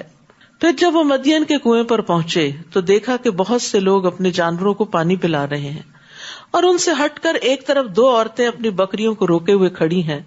موسیٰ نے ان سے پوچھا، تمہارا کیا معاملہ ہے؟ وہ کہنے لگی، ہم اس وقت تک پانی نہیں پلا سکتی جب تک یہ چرواہے پانی پلا کر واپس نہ چلے جائیں، اور ہمارا باپ بہت بوڑھا ہے. یعنی جچے تلے جامع الفاظ میں انہوں نے اپنا مدعا بیان کر دیا. چنانچہ موسیٰ نے ان عورتوں کی بکریوں کو پانی پلا دیا، بغیر کسی لالچ کے آگے بڑھ کر دوسرے کی خیر اور بھلائی کا کام کر دیا. پھر ایک سائیدار جگہ پر جا بیٹھے اور کہا، ربی انی لما انزلت الی من خیر فقیر، اے میرے رب جو بھلائی بھی تو مجھ پر نازل کرے میں اس کا محتاج ہوں. پرفیکٹ ایگزامپل ہے اخلاص کے ساتھ لوگوں کی خدمت اور مدد اور صلہ صرف اللہ سے چاہنا، دعا اللہ سے کہ یا اللہ تجھ سے خیر کا محتاج ہوں. یہ نہیں کہا کہ دیکھو میں نے تمہارے ساتھ یہ بھلا کیا ہے، میری بھی تم کچھ مدد کرو. کوئی توقع ہی نہیں رکھی. اور ان کے کہنے کے بغیر ہی ان کی مدد کر دی. تو یاد رکھیے کہ اللہ کو یہ بات بڑی پسند ہے کہ ہم لوگوں سے توقعات نہ رکھیں، اپنے رب سے رکھیں. اور یہ بھی کہ ہم جب رب سے مانگیں تو اپنے فقیر ہونے کا اظہار کریں، عاجزی کا. اللہ میں فقیر ہوں، محتاج ہوں. پھر اللہ کے سامنے اپنے ہاتھ پھیلائیں، کیونکہ اللہ تعالیٰ کو اس بات سے شرم آتی ہے کہ کوئی بندہ اس کے آگے اپنے دونوں ہاتھ پھیلائے اور وہ ان میں کوئی خیر نہ ڈالے. پھر اسی طرح یہ ہے کہ جو مسلمان اپنا چہرہ اللہ عز و جل کے سامنے گاڑ کر کسی چیز کا سوال کرتا ہے، اللہ اسے وہ چیز ضرور عطا کر دیتا ہے، خواہ جلدی عطا کرے یا اس کے لیے ذخیرہ کر کے رکھے. گاڑ کے کیسے؟ جیسے آپ سجدہ کرتے ہیں نا، تو سجدے میں پڑھ کے بس جیسے میں نے سر نہیں اٹھانا جب تک میری دعا قبول نہ ہو جائے، اور اس میں آپ اپنے رب کو قریب ترین محسوس بھی کریں. تو اگر اس اعتبار سے دعا کریں گے تو دعا قبول ہوگی انشاءاللہ. تو اللہ سبحانہ وتعالیٰ نے موسیٰ علیہ السلام کو خیر عطا کر دی، انہیں علم اور حکمت عطا کیا تھا. پھر اللہ نے موسیٰ علیہ السلام کو قتل سے نجات دی. پھر یہ کہ ایک متکبر بادشاہ کے ہوتے ہوئے ان کی کامل تربیت کی، ان کے دین کی بھی حفاظت کی، اور جس جگہ پر جس محل میں ان کا آنا جانا تھا وہاں جو غلط نظریات اور عقائد تھے اور جو ماحول کی خرابی تھی اس سے بھی اللہ نے بچایا. اور پھر اللہ نے موسیٰ علیہ السلام کے ہاتھوں قوم کو چھٹکارا بھی دلایا. اور پھر موسیٰ علیہ السلام کو خوف خطرے کی حالت میں ایسے علاقے کی طرف رہنمائی کی جہاں ان کے لیے رہائش کا بھی بندوبست ہوا. اس دعا کے بعد شادی کا بھی ہوا، جاب بھی لگ گئی، سارے کام ہو گئے. اتنے میں ان دونوں عورتوں میں سے ایک عورت حیا کے ساتھ ان کے پاس چلتی ہوئی آئی اور کہنے لگی، آپ نے ہماری بکریوں کو جو پانی پلایا ہے تو میرا باپ آپ کو بلاتا ہے تاکہ آپ کو اس کا صلہ دے. پھر جب موسیٰ اس شخص کے پاس آئے اور انہیں اپنا سارا حال سنایا تو اس نے کہا، ڈرو نہیں، تم نے ان ظالموں سے نجات پا لی. یعنی یہ دوسرا علاقہ ہے، یہاں فرعون کی حکومت نہیں ہے. اور یہاں اللہ تعالیٰ خاص طور پر اس لڑکی کی حیا کا ذکر کرتے ہیں. تو گویا حیا ایسی صفت ہے جو اللہ تعالیٰ کو پسند ہے. حیا ایمان کا حصہ ہے. دونوں کو ایک دوسرے کے ساتھ اکٹھا کر دیا گیا، جب ایک اٹھتا ہے تو دوسرا بھی اٹھ جاتا ہے. رسول اللہ صلی اللہ علیہ وسلم نے فرمایا، حیا ایمان کا حصہ ہے اور ایمان کا تعلق جنت سے ہے. ایک اور روایت میں آتا ہے، حیا سراسر خیر ہے. آپ صلی اللہ علیہ وسلم پردہ نشین کنواری لڑکیوں سے بھی زیادہ حیادار تھے. تو یہ حیا ہمارے دین کا امتیازی نشان ہے. ان میں سے ایک بولی، ابا جان اسے اجرت پر رکھ لیجئے. بہترین آدمی جسے آپ اجرت پر رکھنا چاہیں وہی ہو سکتا ہے جو طاقتور اور امین ہو. طاقتور اور امین ہو. لیکن یہ دو کوالٹیز اکٹھی ہونا بہت مشکل ہوتا ہے. جو لوگ کام جانتے ہوتے ہیں، اسمارٹ ہوتے ہیں، وہ عام طور پر خیانت کرتے ہیں، وہ مالک کے ساتھ بھی کھیل جاتے ہیں. اور جو طاقتور نہیں ہوتے ذہنی طور پر یا جسمانی طور پر، وہ امانت دار ہوتے ہیں لیکن پھر کام کے نہیں ہوتے. یعنی ایک شخص بہت امانت دار ہے، کام ہی نہیں آتا اس کو، تو آپ کیا کریں گے اس سے؟ تو اس لیے جب بھی آپ دعا کریں کہ اللہ تعالیٰ مجھے مددگار عطا کر، تو ساتھ یہ بھی کہ اللہ قوی اور امین عطا کر. کیونکہ ہمارا دین ہمیں یہ تعلیم بھی دیتا ہے کہ جب کسی کو کوئی عہدہ دیا جائے، جب کسی کو کوئی امانت سپرد کی جائے، تو اس کے اندر یہ دو خوبیاں ضرور ہوں کہ وہ امانت کا حق ادا کرنے والا ہو، اور دوسرے یہ کہ اس کے اندر اس کام کے کرنے کی صلاحیت ہو. شعیب نے کہا، یعنی وہ جو ان بچیوں کے باپ تھے ان کے بارے میں آتا ہے، ان کا نام شعیب تھا، موسیٰ میں چاہتا ہوں کہ اپنی دونوں بیٹیوں میں سے ایک کا تجھ سے اس شرط پر نکاح کر دوں کہ تم میرے ہاں 8 برس ملازمت کرو، اور اگر 10 سال پورے کر دو تو تمہاری طرف سے مہربانی ہے. میں اس معاملے میں تم پر سختی نہیں کرنا چاہتا، انشاءاللہ تم مجھے نیک لوگوں میں سے پاؤ گے. تو گویا انہیں آئندہ 8 سال وہاں رہنا تھا، اس کی انہوں نے کمٹمنٹ کی. موسیٰ نے جواب دیا، یہ بات میرے اور آپ کے درمیان طے ہو گئی. ان دونوں مدتوں میں سے جو بھی میں پوری کر دوں اس کے بعد پھر کوئی زیادتی مجھ پر نہ ہو، اور جو کچھ قول و قرار ہم کر رہے ہیں اللہ اس پر نگہبان ہے. اپنا گھر، وطن، رشتہ دار، قوم، قبیلہ سب کچھ چھوڑ کے محروم ہو گئے، جدائی ہو گئی. 8 سال اگر آپ کو کوئی کہے آپ کو 8 سال کینیڈا میں رہنا اور یہاں سے آپ بالکل کسی سے ملنے نکل نہیں سکتے، تو آپ کے دل پر کتنا بڑا پہاڑ پڑ جائے گا. اپنی مرضی سے آپ 20 سال بھی رہ لیں، 20 سال بھی نہ جائیں، آپ کی اپنی مرضی ہو تو اور بات ہے. لیکن اگر آپ کو کوئی باندھے کہ 8 سال آپ یہاں سے ہل نہیں سکتے، تو وہ ایک قید کی طرح لگتا ہے. تو موسیٰ علیہ السلام نے 8 نہیں 10 سال پورے کیے. نبی صلی اللہ علیہ وسلم نے فرمایا میں نے جبریل سے پوچھا موسیٰ نے دونوں مدتوں میں سے کون سی مدت پوری کی؟ تو انہوں نے کہا جو اس میں زیادہ کامل اور زیادہ مکمل تھی، یعنی 10 سال. تو اب یہ 10 سال کی محرومی کے بعد اور میچورٹی کے بعد اور تیار کرنے کے بعد اللہ تعالیٰ اب موسیٰ علیہ السلام کو ایک بڑے مشن پر دوبارہ واپس مصر لے کے جاتے ہیں. پھر جب موسیٰ نے وہ مدت پوری کر لی اور اپنے اہل خانہ کو لے کر چلے، اب بیوی کو ساتھ لے جا رہے ہیں، تو یاد رکھیے شوہر کا یہ حق ہوتا ہے بیوی کو جہاں چاہے لے جائے. شادی کے بعد آپ کا کوئی اختیار باقی نہیں رہتا کہ آپ پابند کریں. ہاں یہ کوئی لمیٹڈ عرصے کے لیے جیسے انہوں نے کیا تھا کہ 8 سال یہاں رہنا ہوگا تو وہ الگ بات ہے، وہ شادی کی ٹرمز اینڈ کنڈیشنز میں کوئی بات لکھی جا سکتی ہے، لیکن مستقل طور پر باؤنڈ کر لینا تو یہ درست نہیں، کیونکہ شادی کے بعد شوہر کا حق ہوتا ہے کہ وہ بیوی کو اپنے ساتھ لے جائے، چاہے دوسرے ملک ہی لے جائے. تو پھر موسیٰ نے جب وہ مدت پوری کر لی اور اپنے اہل خانہ کو لے کر چلے تو طور پہاڑ کے ایک طرف انہیں آگ نظر آئی. انہوں نے اپنے اہل خانہ سے کہا تم یہاں ٹھہرو، میں نے ایک آگ سی دیکھی ہے، شاید میں وہاں سے تمہارے لیے کچھ راستے کی خبر یا آگ کا کوئی انگارہ ہی اٹھا لاؤں تاکہ تم تاپ سکو. ظاہر رات کا وقت تھا، ٹھنڈک تھی، تو موسیٰ علیہ السلام اپنے گھر والوں کی خدمت کے لیے نکلے.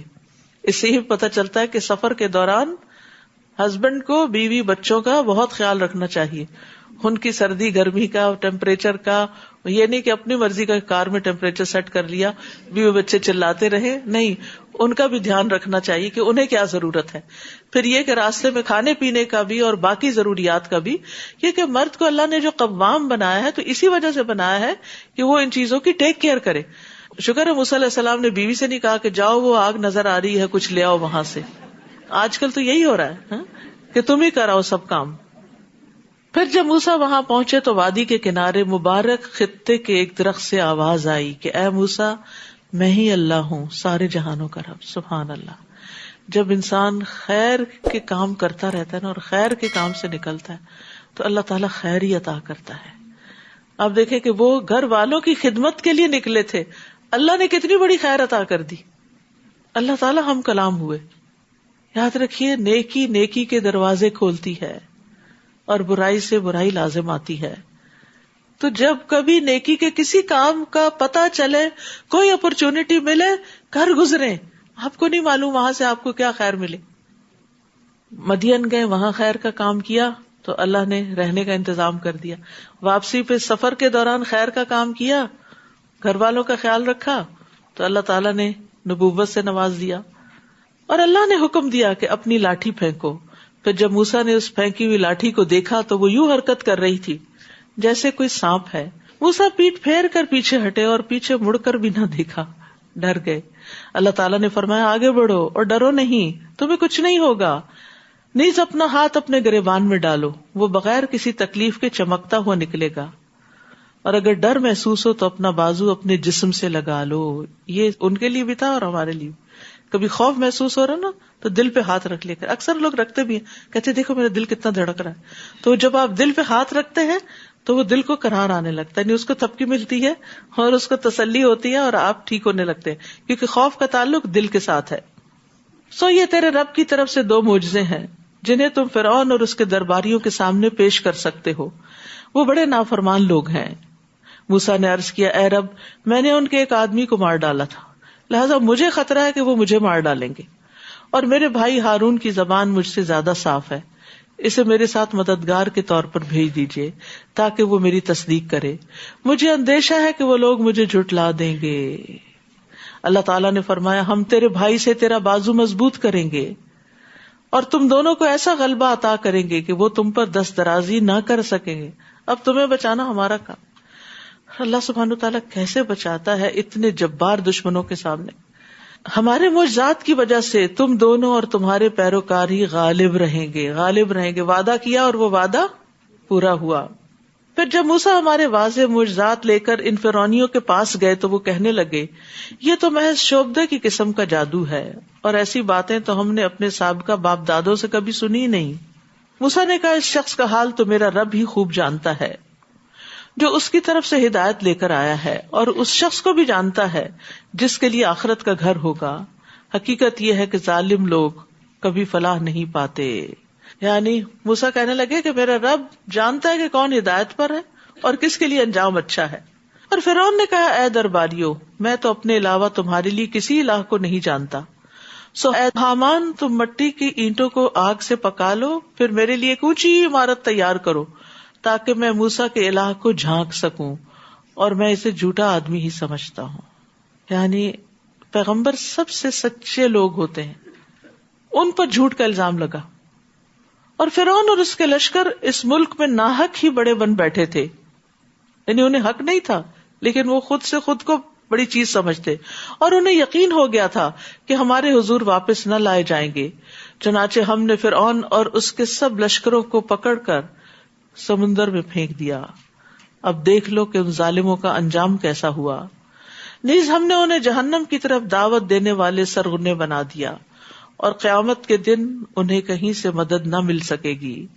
ہم نے اس دنیا میں ان کے پیچھے لعنت لگا دی اور قیامت کے دن ان کا بہت برا حال ہوگا. پہلی نسلوں کو ہلاک کرنے کے بعد ہم نے موسیٰ کو کتاب دی جس میں لوگوں کے لیے بصیرت افروز دلائل ہدایت اور رحمت تھی تاکہ وہ سبق حاصل کریں. تورات کی تعریف بیان کی جا رہی ہے. اور جب ہم نے موسیٰ کے امر رسالت کا فیصلہ کیا تھا تو آپ یعنی صلی اللہ علیہ وسلم طور کی غربی جانب موجود نہ تھے اور نہ ہی اس واقعے کے گواہ تھے. لیکن اس کے بعد ہم نے کئی نسلیں پیدا کی اور ان پر بہت زمانہ بیت چکا ہے. اور آپ مدین کے باشندے بھی نہ تھے کہ انہیں ہماری آیات پڑھ کر سناتے, مگر ہم ہی ہیں جو آپ کو رسول بنا کر اس وقت کی خبریں بھیج رہے ہیں. نیز آپ طور کے کنارے پر بھی نہ تھے جب ہم نے موسیٰ کو ندا کی, لیکن یہ آپ کے رب کی رحمت ہے کہ اس نے آپ کو یہ سچی غیب کی خبریں دی تاکہ آپ ایسے لوگوں کو ڈرائیں جن کے ہاں آپ سے پہلے کوئی ڈرانے والا نہیں آیا تھا, شاید کہ وہ نصیحت قبول کرے. اور آپ کو اس لیے رسول بنا کر بھیجا ہے کہ کہیں ایسا نہ ہو کہ انہیں اس وجہ سے کوئی مصیبت پہنچے جو ان کے ہاتھوں نے آگے بھیجا تو کہنے لگے ہمارے رب تو نے ہماری طرف کوئی رسول کیوں نہ بھیجا کہ ہم تیری آیتوں کی پیروی کرتے اور ایمان لانے والوں میں شامل ہو جاتے. پھر جب ہماری طرف سے ان کے پاس حق آ گیا تو انہوں نے کہہ دیا اسے ویسے معجزات کیوں نہیں دیے گئے جیسے موسیٰ کو دیے گئے تھے. کیا یہ لوگ ان معجزات کا انکار نہیں کر چکے جو پہلے موسیٰ کو دیے گئے تھے؟ کہتے ہیں کہ یہ دونوں یعنی تورات اور قرآن جادو ہیں جو ایک دوسرے کی تائید کرتے ہیں, اور کہتے ہیں کہ ہم کسی کو بھی نہیں مانتے, یعنی دونوں کتابوں کا انکار کرتے ہیں. آپ ان سے کہیے اگر تم سچے ہو تو اللہ کی طرف سے تم ہی کوئی کتاب لے آؤ جو ان دونوں سے بڑھ کر رہنمائی کرنے والی ہو, تو میں بھی اس کی پیروی اختیار کر لوں گا. پھر اگر وہ کوئی جواب نہ دے سکیں تو جان لیجئے کہ وہ صرف اپنی خواہشات کے پیچھے پڑے ہوئے ہیں, اور اس سے زیادہ گمراہ کون ہو سکتا ہے جو اللہ کی ہدایت کو چھوڑ کر محض اپنی خواہش کے پیچھے لگا ہوا ہو, اور اللہ ایسے ظالموں کو ہدایت نہیں دیتا. تو یاد رکھیے علم کے بغیر نفس کی بات ماننے والا خواہش پرست ہوتا ہے. کون ہوتا ہے خواہش پرست؟ علم کے بغیر, دلیل کے بغیر صرف دل کی ماننے والا, نفس کی ماننے والا, نفس کے پیچھے چلنے والا ہی دراصل اپنی خواہش نفس کو الہ بنائے ہوئے ہوتا ہے, اس کی پوجا کر رہا ہوتا ہے. تو یاد رکھیے کہ ہمیں صرف قرآن ہی نہیں, نبی صلی اللہ علیہ وسلم کی طرف سے آنے والی باتوں کو بھی سنجیدگی سے لینا چاہیے. یعنی حدیث کا بھی انکار نہیں کرنا چاہیے کہ یہ حدیث تو میرے دل کو نہیں لگتی, اور یہ تو میری عقل میں نہیں آتی, اور یہ تو میری سمجھ میں نہیں آتی. نہیں, قرآن کی بہت سی آیات ایسی ہیں جن کو سمجھنا ہماری عقل کا کام نہیں, یا ہماری عقل نہیں ان کو سمجھ پاتی. اب جیسے چیوٹی کی آواز سن لینا, عقل میں تو نہیں آتا, اتنی چھوٹی سی اور اس کی آواز زیادہ سے زیادہ کتنی بڑی ہوگی. لیکن اللہ تعالیٰ نے قرآن میں بتایا کہ چیوٹی بولی, اور اس نے اپنے لشکر سے کیا کہا, اپنے کالونی سے کیا کہا, اور پھر اس کو کیا کچھ پتا تھا, ہد ہد جو بولا. تو عقل تو نہیں مانتی اس کو کہ ہد ہد اتنی لمبی چوڑی باتیں کرے گا اور اتنی سمجھ رکھے گا. تو اسی طرح حدیث میں بھی بعض باتیں ایسی ہیں جو انسان کے امتحان کے لیے ہے کہ بظاہر عقل نہیں مانتی, لیکن ان کو بھی اگر وہ صحیح سورس سے اوتھینٹک ہیں تو اس لیے مان لینا چاہیے کہ نبی صلی اللہ علیہ وسلم جھوٹ نہیں بولتے تھے. آپ نے جو بتایا ہے سچ ہی بتایا. کچھ باتیں آج نہیں, ہو سکتا ہے کئی سو سال بعد, ہمارے بعد وہ ثابت ہو جائیں. قرآن مجید میں اللہ تعالیٰ فرماتے ہیں فَلْيَحْذَرِ الَّذِينَ يُخَالِفُونَ عَنْ أَمْرِهِ أَن تُصِيبَهُمْ فِتْنَةٌ أَوْ يُصِيبَهُمْ عَذَابٌ أَلِيمٌ. سو لازم ہے کہ وہ لوگ ڈریں جو اس کا حکم ماننے سے پیچھے رہتے ہیں کہ انہیں کوئی فتنہ آ پہنچے یا انہیں دردناک عذاب آ پہنچے. تو اپنی رائے کو، اپنی لاجک کو، اپنی عقل کو قرآن و سنت سے آگے رکھنا جو ہے یہ درست نہیں. اس بات سے ڈرنا چاہیے. اور ہم انہیں لگاتار نصیحت کی باتیں پہنچاتے رہے ہیں تاکہ وہ نصیحت کو قبول کریں. جن لوگوں کو ہم اس سے پہلے کتاب دے چکے ہیں یعنی تورات، وہی اس کتاب پر ایمان لاتے ہیں، یعنی اس میں سے جو مسلمان ہو گئے ہیں. اور جب انہیں پڑھ کر سنایا جاتا ہے یعنی قرآن، تو کہتے ہیں ہم اس بات پر ایمان لاتے ہیں کہ یہ قرآن ہمارے رب کی طرف سے سچی کتاب ہے. ہم تو اس سے پہلے بھی اللہ کے سچے فرما بردار تھے.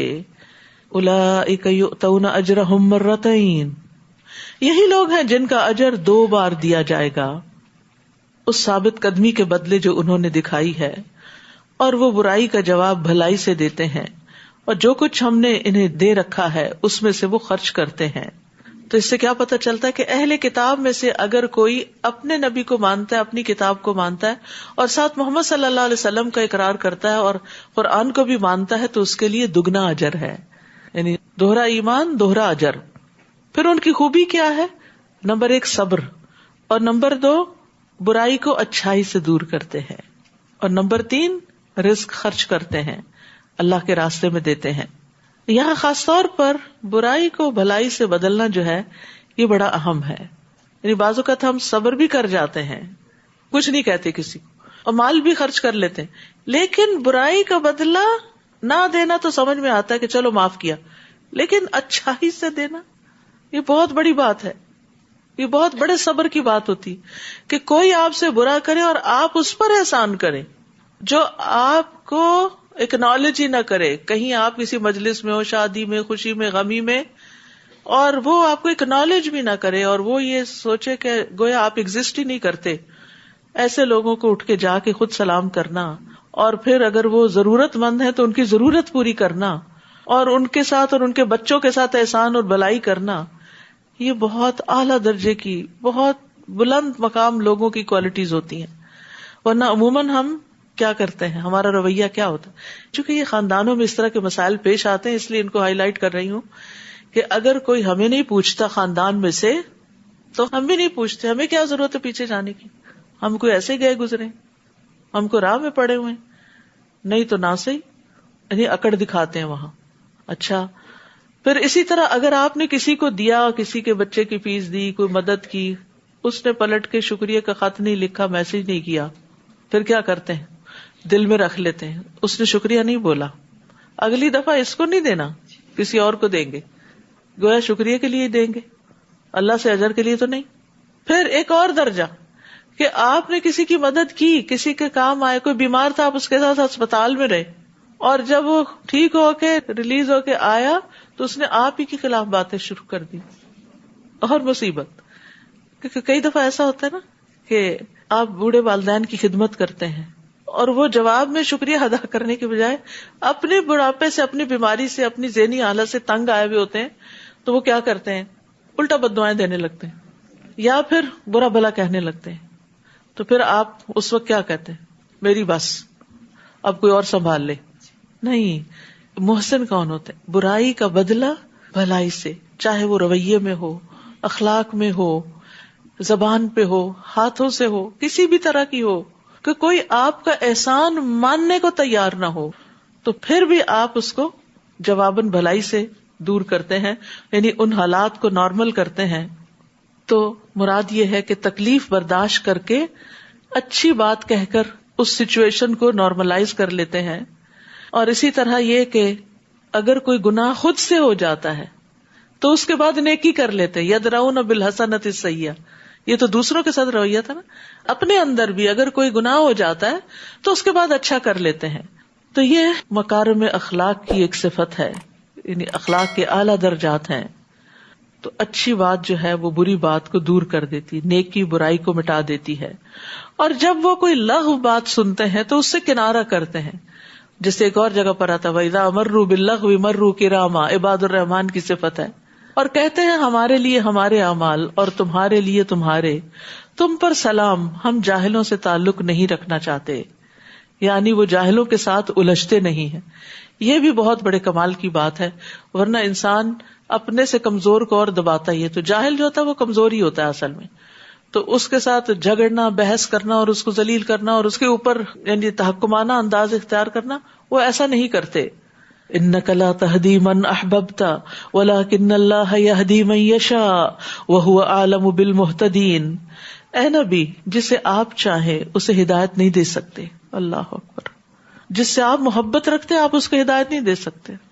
انسان سب سے زیادہ محبت اپنی اولاد سے رکھتا ہے، اپنے والدین سے رکھتا ہے، لیکن بعض اوقات انسان مخلصانہ کوششیں بھی کرتا ہے لیکن کامیاب نہیں ہوتا، کیونکہ ہدایت اللہ کے ہاتھ میں ہے. اللہ ہی ہے جو جس کو چاہے ہدایت دیتا ہے اور وہ ہدایت پانے والوں کو خوب جانتا ہے. اور کافر لوگ آپ سے کہتے ہیں اگر ہم تمہارے ساتھ ہدایت کی پیروی کریں تو ہم اپنے ملک سے اچک لیے جائیں گے. ہم ایز اے مسلم اپنی آئیڈینٹی اس لیے شو نہیں کر رہے کیونکہ پھر ہمیں وہ پریویلیجز حاصل نہیں ہوں گے جو یہ آئیڈینٹی چھپا کے ہوتی ہے. تو وہاں بھی یہی خوف تھا. کیا ہم نے پرامن حرم کو ان کا جائے قیام نہیں بنایا جہاں ہماری طرف سے رزق کے طور پر ہر طرح کے پھل کھچے چلے آتے ہیں؟ لیکن ان میں سے اکثر لوگ جانتے نہیں. یعنی تمہیں کس بات کا خوف ہے؟ اللہ نے ساری نعمتیں تو دے رکھی ہیں، اور کیا چاہیے؟ اور کتنی ہی بستیوں کو ہم نے تباہ کر دیا جو اپنی معیشت پر اترایا کرتی تھیں، اپنی اکانومی پہ ان کو بڑا غرور تھا. سو یہ ہیں ان کے گھر ویران پڑے ہوئے، کوئی خریدار نہیں، کوئی رہنے والا نہیں. ان میں سے چند ہی گھر ہوں گے جو ان کے بعد آباد ہوئے اور آخر ہم ہی ان کے وارث ہوئے. اور آپ کا رب کسی بستی کو ہلاک نہیں کرتا یہاں تک کہ کسی مرکزی بستی میں رسول نہ بھیج لے جو انہیں ہماری آیات پڑھ کر سنائے. یعنی رسول ہمیشہ بڑے ٹاؤن میں آئے ہیں، مرکزی شہر میں آئے ہیں، کیونکہ وہاں سے سارے پیغام دور دور تک پھیل جاتے ہیں. اگر کوئی کسی گاؤں میں رہ رہا ہو تو وہاں سے کمیونیکیشن مشکل ہوتی ہے اور گاؤں والوں کی بات شہر والے نہیں مانتے. نیز ہم صرف ایسی بستی کو ہلاک کرتے ہیں جس کے رہنے والے ظالم ہوں. وما اوتیتم من شیء فمتاع الحیات الدنیا وزینتها. تمہیں جو کچھ بھی دیا گیا ہے وہ بس دنیاوی زندگی کا سامان ہے اور اس کی زینت ہے. تمہارے پاس جو کچھ ہے بس یہ یہاں کے لیے ہے، مال و دولت سب یہاں کے فائدے اٹھانے. اور یہاں ہم نے کتنا کھا لینا ہوتا ہے، کتنا ہنڈا لینا ہوتا ہے، کتنا استعمال کر سکتے ہیں. ٹھیک ہے، جب بیسک نیسیسٹیز پوری ہو جائیں تو انسان کو اچھے اعمال کی فکر زیادہ کرنی چاہیے، وہاں کے لیے زیادہ جمع کرنا چاہیے. تو یہ سب کچھ یہاں ہی کا ہے اور جو کچھ اللہ کے ہاں ہے وہ بہتر اور باقی رہنے والا ہے. یعنی اس مال اور زندگی سے اپنی آخرت کماؤ. کیا تم سوچتے نہیں؟ بھلا جسے ہم نے کوئی اچھا وعدہ دیا ہو اور وہ اسے پانے والا ہو، اس شخص کی طرح ہو سکتا ہے جسے ہم نے دنیاوی زندگی کا سامان دے رکھا ہو، پھر وہ قیامت کے دن سزا یا جواب دہی کے لیے پیش کیا جانے والا ہو، جس دن اللہ انہیں پکارے گا اور ان سے پوچھے گا کہاں ہیں وہ جنہیں تم میرا شریک سمجھا کرتے تھے؟ اور وہ لوگ اللہ کے مذمومہ شریک یعنی جن کا دعویٰ کرتے تھے، جن پر عذاب کی بات واجب ہو جائے گی، کہیں گے اے ہمارے رب، ہم نے ان لوگوں کو ایسے ہی گمراہ کیا جیسے ہم خود گمراہ تھے.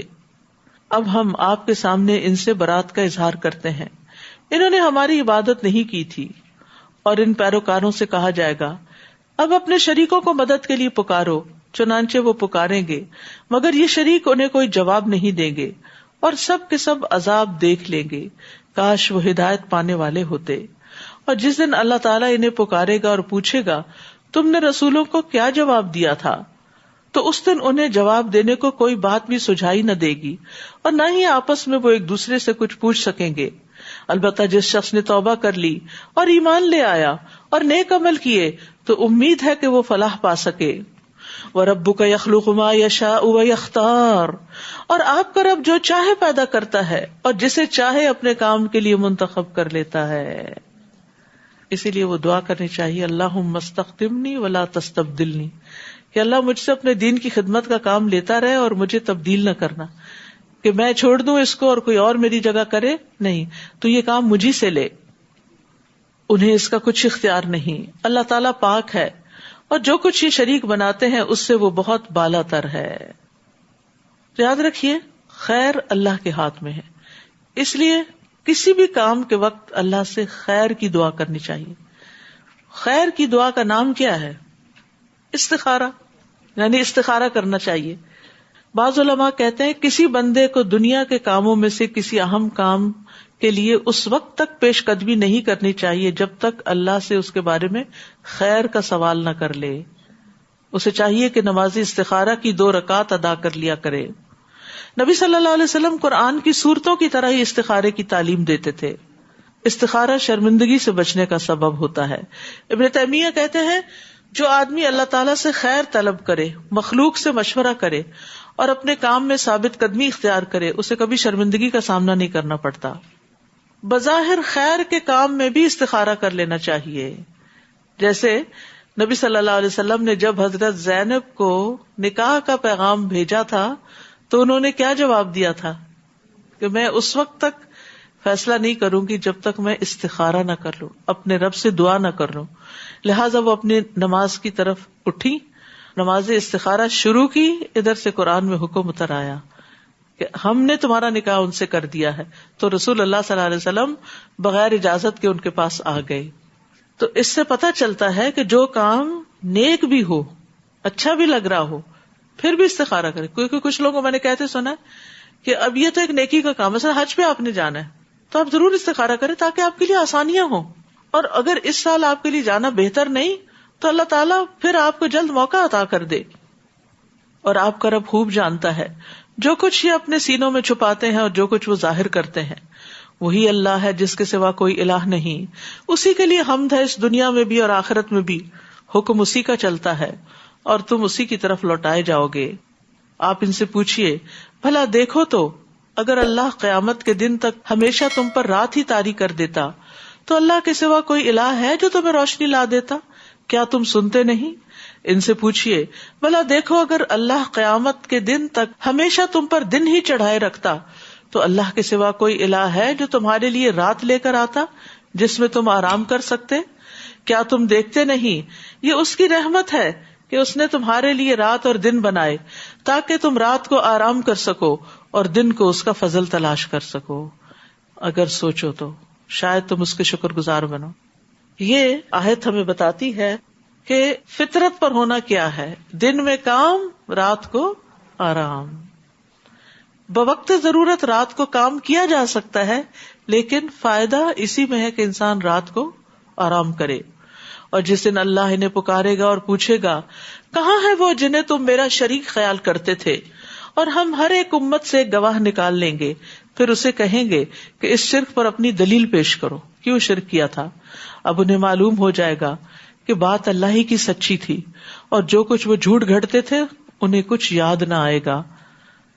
ان قارون کان من قوم موسیٰ فبغى علیہم، بلا شبہ قارون موسیٰ کی قوم یعنی بنی اسرائیل میں سے تھا، پھر وہ اپنی قوم کے خلاف ہو گیا اور دشمن قوم سے مل گیا، فرعونیوں کے ساتھ جا ملا.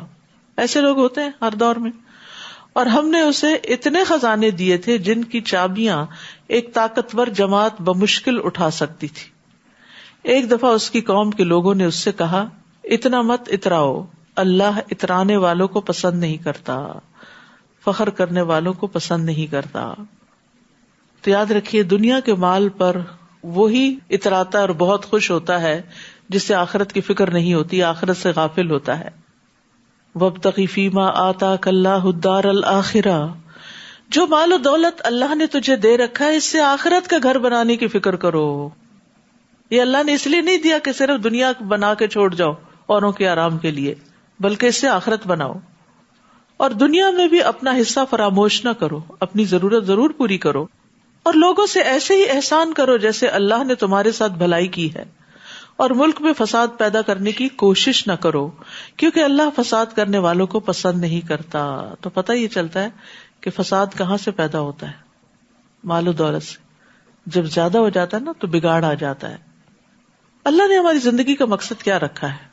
الذی خلق الموت والحیات لیبلوکم ایکم احسن عملا، کہ وہ تمہیں آزما کر دیکھے کہ تم میں سب سے اچھے عمل کون کرتا ہے. اور نیک اعمال ہی انسان کو خسارے سے بچاتے ہیں، اور اس دنیا کی زندگی میں ہی انسان کو اپنی آخرت کمانی ہوتی ہے. اور یاد رکھیے جب انسان فوت ہو جائے گا تو قیامت کے دن اس سے اس کی عمر کے بارے میں سوال ہوگا کہ اس نے اسے کس چیز میں لگایا، علم کے بارے میں کتنا عمل کیا، مال کے بارے میں کہاں سے کمایا، کہاں خرچ کیا، جسم کے بارے میں کہ کس کام میں اپنے آپ کو گھلایا. تو یہ ان سوالوں کا جواب ہمیں تیار رکھنا چاہیے کہ ہم اپنے جسم کو کہاں تھکاتے ہیں. اور پھر احسان کی بات ہوئی یہاں، وَأَحْسِن كَمَا أَحْسَنَ اللَّهُ إِلَيْكَ. اللہ نے تمہیں دیا ہے نا، تم لوگوں کو دیا کرو. اللہ نے تمہارے حصے میں ڈال دیا لوگوں کا حصہ، اب وہ حصہ ان کو لوٹاؤ. حدیث میں آتا ہے بے شک اللہ بندوں کو نفع پہنچانے کے لیے اپنے کچھ لوگوں کو بطور خاص نعمتیں دیتا ہے. اگر وہ خرچ کرتے رہیں تو ان پر انعام برقرار رہتا ہے، اور اگر وہ رک جائیں تو ان سے چھین کر دوسروں کو دے دیتا ہے.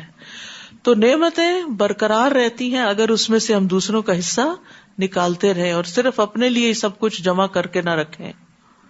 وہ کہنے لگا یہ تو جو کچھ مجھے ملا ہے اس علم کی بدولت ملا ہے جو مجھے حاصل تھا. آج بھی بہت سے لوگ اچھی جاب کو اپنے علم کا ہی کمال سمجھتے ہیں، حالانکہ انہی جیسی ڈگریاں رکھنے والے بہت سے جاب لیس بھی ہوتے. آپ کو معلوم ہے کہ اس وقت سرٹیفائڈ ڈاکٹرز کی ایک بڑی تعداد جاب لیس ہے، ہائیلی کوالیفائڈ، لیکن یہ ہے کہ یا تو اپنی مرضی کی جاب نہیں ملتی یا کہیں کوئی پلیسمنٹ نہیں ملتی. تو بات یہ ہے کہ یہ صرف ڈاکٹرز کے ساتھ ہی نہیں، بہت دفعہ ایسا ہوتا ہے کہ آپ پڑھ پڑھ کے زندگی لگا دیتے ہیں لیکن کوئی ایسی جاب یا کمانے کا ذریعہ اس کی وجہ سے نہیں ملتا. تو پھر آپ کیا کرتے ہیں، آپ اپنی لائن چینج کر کے کیا کرنے لگتے ہیں، یا کبھی ٹیکسی چلانے لگتے ہیں. وہ بری بات نہیں ہے، لیکن مطلب یہ ہے کہ جو علم آپ کا ہے، جو ایکسپیرینس ہے آپ کا، اس کی جاب آپ کو نہیں ملتی. تو اگر کسی کو ملی ہوئی ہے تو اس کو اللہ کا فضل سمجھے کہ اتنوں میں سے اللہ نے مجھے موقع دیا، مجھے چن لیا کہ میرے پاس جو کوالیفیکیشن ہے اس کے مطابق مجھے جاب ملی. کیونکہ بعض اوقات آپ انڈر کوالیفیکیشن ہوتے ہیں اور کبھی آپ اوور کوالیفیکیشن ہوتے ہیں. تو علم پر فخر کی ممانعت ہے. رسول اللہ صلی اللہ علیہ وسلم نے فرمایا جس نے علم اس لیے سیکھا کہ اس کے ذریعے علماء کے سامنے فخر کرے، بے وقوفوں سے بحثیں کرے اور لوگوں کو اپنی طرف اٹریکٹ کرے، مائل کرے، تو اللہ اس کو جہنم میں داخل کرے گا. قارون کہنے لگا کہ مجھے تو یہ سب مال علم کی وجہ سے ملا ہے. کہا جاتا ہے کہ اس کو یہ علم حاصل ہو گیا تھا کہ عام دھات کو سونا کیسے بنا سکتے. اللہ عالم. روایات میں آتا ہے کہ ایک لوہے کو جیسے سونے میں کنورٹ کرنے کا طریقہ کیا، تو وہ کنورٹ کر کر کے اس نے مال و دولت کے ڈھیر لگا لیے تھے. تو اسی علم کی طرف اس کا اشارہ ہے کہ یہ تو میرا علم ہے، مجھے یہ راز پتا چلا تو اس وجہ سے میں یہ سب جانتا ہوں. کیا اسے یہ معلوم نہیں کہ اللہ اس سے پہلے ایسے بہت سے لوگوں کو ہلاک کر چکا ہے جو قوت میں اس سے سخت اور مال و دولت میں اس سے بھی زیادہ تھے. قارون سے بھی زیادہ دولت تھی لوگوں کے پاس، لیکن پھر بھی اللہ نے ان کو ہلاک کر دیا اور مجرموں کے گناہوں کے متعلق ان سے نہ پوچھا جائے گا. پھر ایک دن وہ اپنی قوم کے لوگوں کے سامنے بڑے ٹھاٹ باٹ سے نکلا. جو لوگ دنیا کی زندگی کے طلبگار تھے وہ کہنے لگے کاش ہمیں بھی وہی کچھ میسر ہوتا جو قارون کو دیا گیا، وہ تو بڑے نصیبے والا ہے. یہ ایک فطری سی انسان کی کمزوری ہے کہ جب وہ کسی کے پاس زیادہ اچھی گاڑی دیکھتا ہے یا اچھا گھر دیکھتا ہے یا اچھی اولاد دیکھتا ہے تو اس کو تمنا ہوتی ہے کہ کاش میرے پاس بھی یہ سب کچھ ہوتا. مگر جن لوگوں کو علم دیا گیا، اب علم والوں کی پہچان دیکھیے، اصل علم والے کون ہوتے ہیں. وہ جانتے ہیں کہ اس دنیاوی چکا چوند کی حقیقت کیا ہے، اور یہ ریجھنے کی چیزیں نہیں ہیں کہ نہیں معلوم کسی نے حلال سے حاصل کی ہیں یا حرام سے حاصل کی ہیں اور وہ اس کے لیے کتنی وبال جان ہے. تو جن لوگوں کو علم دیا گیا تھا، یعنی دین کا علم تھا، وہ کہنے لگے جو شخص ایمان لائے اور نیک عمل کرے تو اس کے لیے اللہ کے ہاں جو ثواب ہے وہ اس سے بہتر ہے، اس دولت کے ڈھیر سے بہتر ہے، اور وہ ثواب صبر کرنے والوں کو ہی ملے گا. وَلَا يُلَقَّاهَا إِلَّا الصَّابِرُونَ.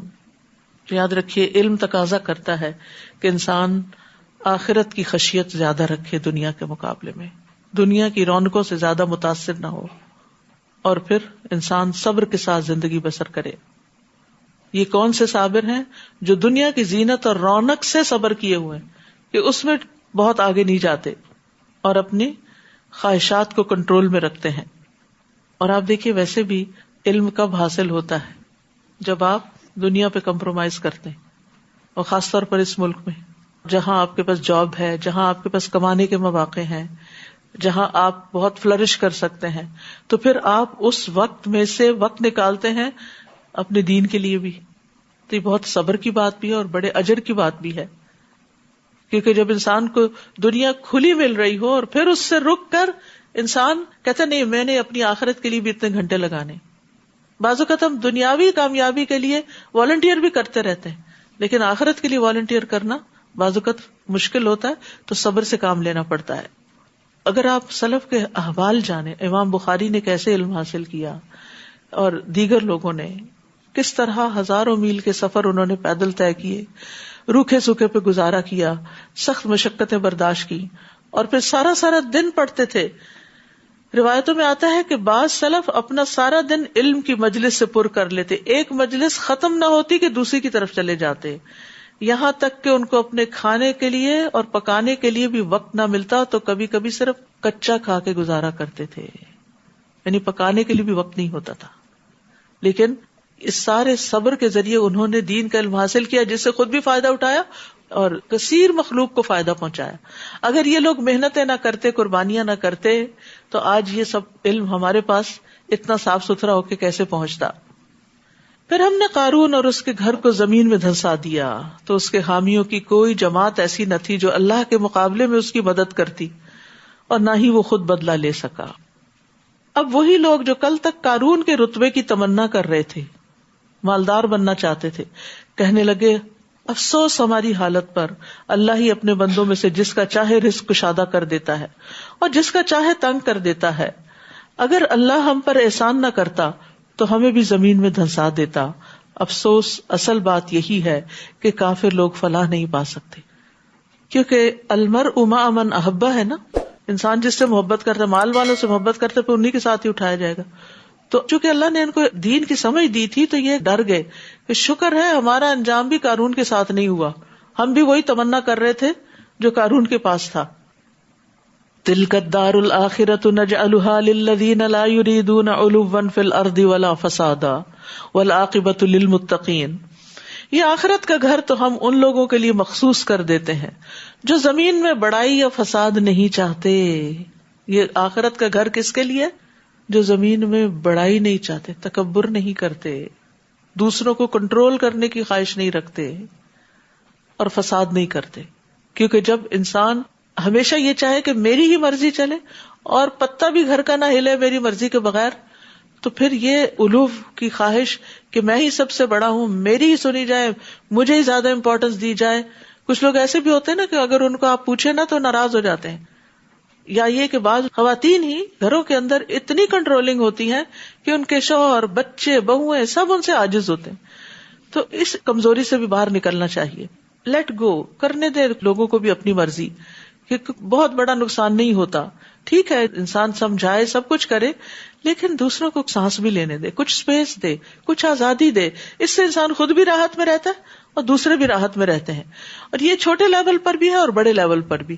کہیں کسی آرگنائزیشن میں کام کریں یا کسی حکومت کے رکن کے طور پر کام کریں تو دو چیزوں سے پرہیز کرنا چاہیے, ایک بہت بڑا بن کے رہنے کی خواہش اور دوسرے فساد. تو سورۃ القصص کا آغاز فرعون کے ذکر سے ہوا اور اختتام قارون کے ذکر پر ہوا.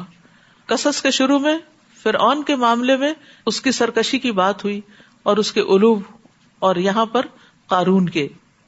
من جاء بالحسنۃ فلہ خیر منہا, جو کوئی نیکی لے کر آئے گا اسے اس سے بہتر نیکی ملے گی.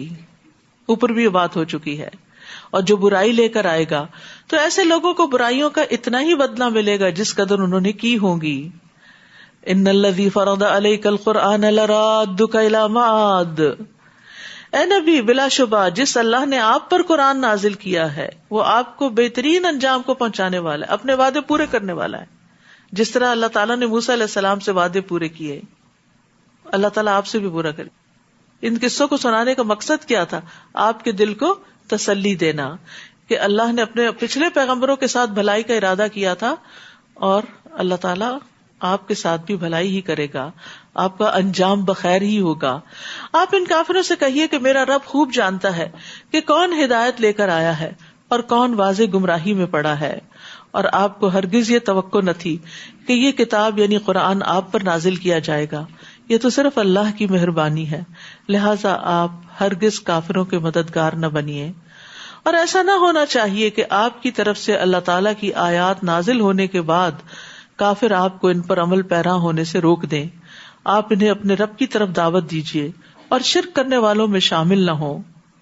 وَلَا تَدْعُ مَعَ اللَّهِ إِلَٰهًا آخَرَ لَا إِلَٰهَ إِلَّا هُوَ كُلُّ شَيْءٍ هَالِكٌ إِلَّا وَجْهَهُ لَهُ الْحُكْمُ وَإِلَيْهِ تُرْجَعُونَ.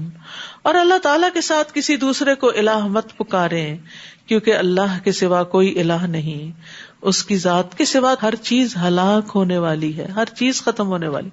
كُلُّ مَنْ عَلَيْهَا فَانٍ وَيَبْقَى وَجْهُ رَبِّكَ ذُو الْجَلَالِ وَالْإِكْرَامِ. حکم اسی کا چلتا ہے، لہ الحکم وإلیہ ترجعون، اور تم سب اسی کی طرف لوٹائے جاؤ گے. سورۃ العنکبوت. بسم اللہ الرحمن الرحیم. الف لام میم. احسب الناس ان يتركوا ان يقولوا آمنا وهم لا يفتنون. وَلَقَدْ فَتَنَّا الَّذِينَ مِن قَبْلِهِمْ فَلَيَعْلَمَنَّ اللَّهُ الَّذِينَ صَدَقُوا وَلَيَعْلَمَنَّ الْكَاذِبِينَ. بسم اللہ الرحمن الرحیم. الف لام میم. الف لام میم. احسب الناس ان يتركوا ان يقولوا آمنا وهم لا يفتنون. کیا لوگوں نے یہ سمجھ رکھا ہے کہ اگر انہوں نے کہہ دیا ہے کہ ہم ایمان لائے تو انہیں یوں ہی چھوڑ دیا جائے گا اور ان کی آزمائش نہ کی جائے گی؟ یاد رکھیے، جو بھی ایمان لاتا ہے اس کو آزمایا ضرور جاتا ہے، اور ہر انسان پر آزمائش اس کے دین کے مطابق ہی آتی ہے. سعد رضی اللہ عنہ کہتے ہیں کہ ایک مرتبہ میں نے عرض کیا، اللہ کے رسول، سب سے زیادہ سخت آزمائش کن لوگوں پہ آتی ہے؟ آپ نے فرمایا انبیاء پر، پھر صالحین پر، پھر درجہ بدرجہ عام لوگوں پر. انسان پر آزمائش اس کے دین کے اعتبار سے آتی ہے. اگر دین میں پختگی ہو تو اس کی آزمائش میں مزید اضافہ کر دیا جاتا ہے، اور اگر دین کی کمزوری ہو تو اس میں تخفیف کر دی جاتی ہے. نبی صلی اللہ علیہ وسلم نے فرمایا، مومن مرد اور عورت پر جسمانی یا مالی یا اولاد کی طرف سے مستقل پریشانیاں آتی رہتی ہیں، یہاں تک کہ جب وہ اللہ سے ملتا ہے تو اس کا ایک گناہ بھی باقی نہیں ہوتا. وَلَقَدْ فَتَنَّا الَّذِينَ مِن قَبْلِهِمْ. حالانکہ ہم نے ان لوگوں کو آزمایا تھا جو ان سے پہلے گزر چکے ہیں. اللہ تعالیٰ کو ضرور یہ معلوم کرنا ہے کہ ان میں سے سچے کون ہیں اور جھوٹے کون. اس کو تو پہلے سے علم ہے، لیکن اسے اس علم کو لوگوں کے سامنے بھی لانا ہے. یا جو لوگ برے کام کر رہے ہیں وہ یہ سمجھ بیٹھے ہیں کہ وہ ہم سے بازی لے جائیں گے، وہ کیسا برا فیصلہ کر رہے ہیں. یعنی قیامت کے دن ان کے سارے جھوٹ اور خیانتیں گن گن کے جو رکھی جائیں گی ان کے سامنے لے آئی جائیں گی، اور انصاف کے ساتھ ترازو رکھ دیا جائے گا، اور وہ اللہ تعالیٰ سے بھاگ نہیں سکتے کہ وہ ان کو سزا نہ دے. من کان یرجو لقاء اللہ فإن اجل اللہ لآت وہو السمیع العلیم. جو شخص اللہ تعالیٰ سے ملنے کی توقع رکھتا ہے تو اللہ کا مقرر کردہ وقت آنے ہی والا ہے، اور اللہ سب کچھ سننے اور جاننے والا ہے. تو انسان کو اللہ سے ملاقات کی امید پر دنیا میں اللہ کی اطاعت پر سخت محنت کرنی چاہیے کہ اللہ سے ملاقات کا وقت آنے ہی والا ہے. جلد ہی وہ وقت آ جائے گا جب ہم اس کے حضور حاضر ہو جائیں گے. تو اس لیے انسان کو اس بات کو کبھی نہیں بھولنا چاہیے. یہ نہیں سوچنا چاہیے ابھی تو بڑی عمر پڑی ہے، ابھی تو میں جوان ہوں، بڑھاپے میں دیکھ لیں گے. نہیں، جو جس بھی عمر میں ہے وہ اللہ کی ملاقات کی فکر کرے. اور جو شخص جہاد کرے تو وہ اپنے ہی فائدے کے لیے کرتا ہے. اللہ تعالیٰ یقیناً اہل عالم سے بے نیاز ہے، یعنی جو محنت کرتا ہے اس کی محنت کا فائدہ اسی کو پہنچتا ہے. اور جو لوگ ایمان لائے اور نیک عمل کرتے رہے ہم ضرور ان کی برائیاں دور کر دیں گے، اور جو کچھ انہوں نے کیا ہوگا انہیں اس سے بہتر بدلہ دیں گے. تیسری دفعہ یہ بات آ رہی. اور ہم نے انسان کو تاکیدی حکم دیا کہ وہ اپنے والدین سے نیک سلوک کرے، اور اگر وہ اس بات پر زور دے کہ تو کسی کو میرا شریک ٹھہرائے جس کا تجھے علم نہیں تو ان کا کہنا نہ مان. یعنی ماں باپ کی ہر بات نہیں مانی جا سکتی، ماں باپ کی غلط باتوں کو آسان طریقے سے اگنور کر دینا چاہیے، میری طرف ہی تمہیں لوٹ کر آنا ہے، میں تمہیں بتا دوں گا کہ تم کیا کچھ کرتے رہے ہو. یعنی اس کا مطلب یہ ہے کہ دراصل اللہ سبحانہ تعالیٰ کا حق زیادہ ہے ماں باپ کے حق سے، اور والدین کا حق اس کے بعد بہت بڑا ہے. حتیٰ کہ مشرک والدین کے ساتھ بھی صلہ رحمی کرنی چاہیے، اور جو اللہ کے نافرمان والدین ہوں ان کے ساتھ بھی صلہ رحمی کرنی چاہیے. عبداللہ بن ابی جو منافقین کا سردار تھا، اس کا بیٹا عبداللہ سچا مسلمان تھا. تو ایک دفعہ نبی صلی اللہ علیہ وسلم گزرے تو آپ گدھے پر تھے، تو اس کے چلنے کی وجہ سے غبار اڑا. تو بڑی نفرت سے کہتا ہے کہ ابن ابی کبشہ نے ہم پر غبار اڑایا ہے. تو عبداللہ بن ابی کے بیٹے عبداللہ کو بہت غصہ آیا، تو اس نے اٹھ کر کہا کہ اے اللہ کے رسول، اس ذات کی قسم جس نے آپ کو عزت دی ہے، آپ پر کتاب نازل کی ہے، آپ چاہیں تو میں اس کا سر قلم کر کے آپ کے پاس لے آتا ہوں. آپ نے فرمایا نہیں، بلکہ تم اپنے باپ سے نیکی کرو اور حسن صحبت سے پیش آؤ. یہ ہے ہمارے دین کی تعلیم. بعض اوقات بچے جو ہیں نئے نئے دین میں آتے ہیں نا تو بڑے جوشیلے ہو جاتے ہیں. وہ ہمارے ماں باپ سود لیتے ہیں، وہ یہ غلط کام کرتے ہیں، وہ غلط کام کرتے ہیں، اس لیے ہم تو اب گھر چھوڑ رہے ہیں، اور اب تو ہم ان سے ملنے ہی نہیں جائیں گے، اور اب ہم یہ کر رہے ہیں. وہ جو کرتے ہیں وہ ان کا فیل ہے، ان کو سمجھانا ضرور چاہیے، لیکن آپ قطع تعلق نہیں کر سکتے ماں باپ سے، بائیک آؤٹ نہیں کر سکتے. اگر انہیں آپ کی مدد کی ضرورت ہے تو آپ کو پھر بھی کرنی ہوگی. ان کا معاملہ اللہ کے ساتھ ہے، اور آپ سے پوچھا جائے گا آپ کے عمل کے بارے میں. اور جو لوگ ایمان لائے اور نیک عمل کیے انہیں ہم صالح لوگوں میں شامل کریں گے. اور لوگوں میں کوئی ایسا ہے جو زبان سے تو کہتا ہے ہم اللہ پر ایمان لائے، مگر جب اسے اللہ کی راہ میں کوئی تکلیف پہنچتی ہے تو لوگوں کی اس ایذار رسانی کو یوں سمجھتا ہے جیسے اللہ کا عذاب ہو. تھوڑی سی مشکل بھی آتی ہے دین کے راستے میں تو اس کو بہت بڑا پہاڑ سمجھ لیتے ہیں. اور اگر آپ کے رب کی طرف سے نصرت آ جائے تو ضرور کہے گا کہ ہم دل سے تو تمہارے ہی ساتھ تھے. کیا سارے جہانوں کے دلوں کا حال اللہ کو بخوبی معلوم نہیں؟ اور اللہ تعالیٰ ضرور یہ دیکھ کر رہے گا کہ ایمان والے کون ہیں اور منافق کون. اور کافر ایمان والوں سے کہتے ہیں کہ تم ہمارے طریقے کی پیروی کرو تو ہم تمہارے گناہوں کا بار اٹھا لیں گے، حالانکہ وہ دوسرے کے گناہوں کا کچھ بھی بار نہیں اٹھائیں گے. یہ سراسر جھوٹے لوگ ہیں. یہ اپنے گناہوں کے بوجھ تو اٹھائیں گے ہی، اور ساتھ ہی دوسروں کے بوجھ بھی اٹھائیں گے جنہیں انہوں نے گمراہ کیا ہوگا. اور جو کچھ یہ افترا کرتے رہے قیامت کے دن اس سے متعلق ان سے ضرور بحث پرس ہوگی. یہ بڑی خطرناک بات ہے کہ انسان کے اوپر صرف اپنے گناہوں کا ہی بوجھ نہیں ہوگا بلکہ دوسروں کے گناہوں کا بوجھ بھی ہوگا جن کو اس نے بھٹکایا ہوگا، گمراہ کیا ہوگا. یعنی جو شخص کسی برے کام کا آغاز کرتا ہے، اس کا رواج ڈال دیتا ہے، تو جو اس کی پیروی کرتے ہیں قیامت تک ان کے گناہ کا ایک حصہ شروع کرنے والے کے حصے میں آئے گا. جیسے عمرو ابن لوہی نے مکہ میں بت پرستی کا آغاز کیا تھا، تو جتنے لوگ بت پرستی کریں گے اس کے بعد اس کو دیکھا دیکھی ان سب کے گناہ کا ایک حصہ عمرو ابن لوہی کے حصے میں جائے گا. ہم نے نوح علیہ السلام کو اس کی قوم کی طرف بھیجا تو وہ 50 برس کم 1000 سال ان کے درمیان رہے، ملینیم. پھر ان لوگوں کو طوفان نے آ گھیرا کہ وہ ظالم تھے. پھر ہم نے نوح کو اور کشتی والوں کو اس طوفان سے بچا لیا اور کشتی کو جہانوں کے لیے ایک نشانی بنا دیا. اور ابراہیم کا واقعہ یاد کرو جب اس نے اپنی قوم سے کہا کہ اللہ کی عبادت کرو اور اللہ سے ڈرو، اگر تم جانو تو یہی بات تمہارے لیے بہتر ہے. اللہ کے سوا جنہیں تم پوجتے ہو وہ تو محض بت ہیں اور تم جھوٹ گڑھتے ہو، اور جنہیں تم اللہ کے سوا پوجتے ہو وہ تمہیں رزق دینے کا اختیار نہیں رکھتے. لہٰذا اللہ سے رزق مانگو، اس کی عبادت کرو اور اسی کا شکر کرو، تم اسی کی طرف ہی لوٹائے جاؤ گے. اور اگر تم جھٹلاتے ہو تو تم سے پہلے بھی کئی امتیں اپنے رسولوں کو جھٹلا چکی ہیں، اور رسول کے ذمہ تو صرف صاف صاف پیغام پہنچانا ہے. کیا انہوں نے دیکھا نہیں کہ اللہ کس طرح تخلیق کی ابتدا کرتا ہے، پھر کس طرح اس کو ریپیٹ کرتا ہے، اعادہ کرتا ہے.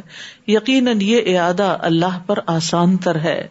آپ ان سے کہیے کہ زمین میں چل پھر کر دیکھو کہ اللہ نے کس طرح مخلوق کو پہلی بار پیدا کیا ہے، پھر اللہ ہی دوسری بار بھی پیدا کرے گا. اللہ یقیناً ہر چیز پر قادر ہے.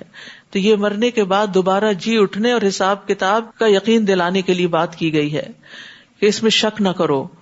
جس نے پہلی بار پیدا کیا وہ پھر بھی کر سکتا ہے، اور یہ قیامت کے آنے پر بہت بڑی دلیل ہے. وہ جسے چاہے سزا دے اور جس پر چاہے رحم کرے، اور تم اسی کی طرف لوٹائے جاؤ گے، اور نہ تم اسے زمین میں عاجز کر سکتے ہو اور نہ آسمان میں، اور نہ ہی اللہ کے سوا تمہارا کوئی حامی و مددگار ہو سکتا ہے۔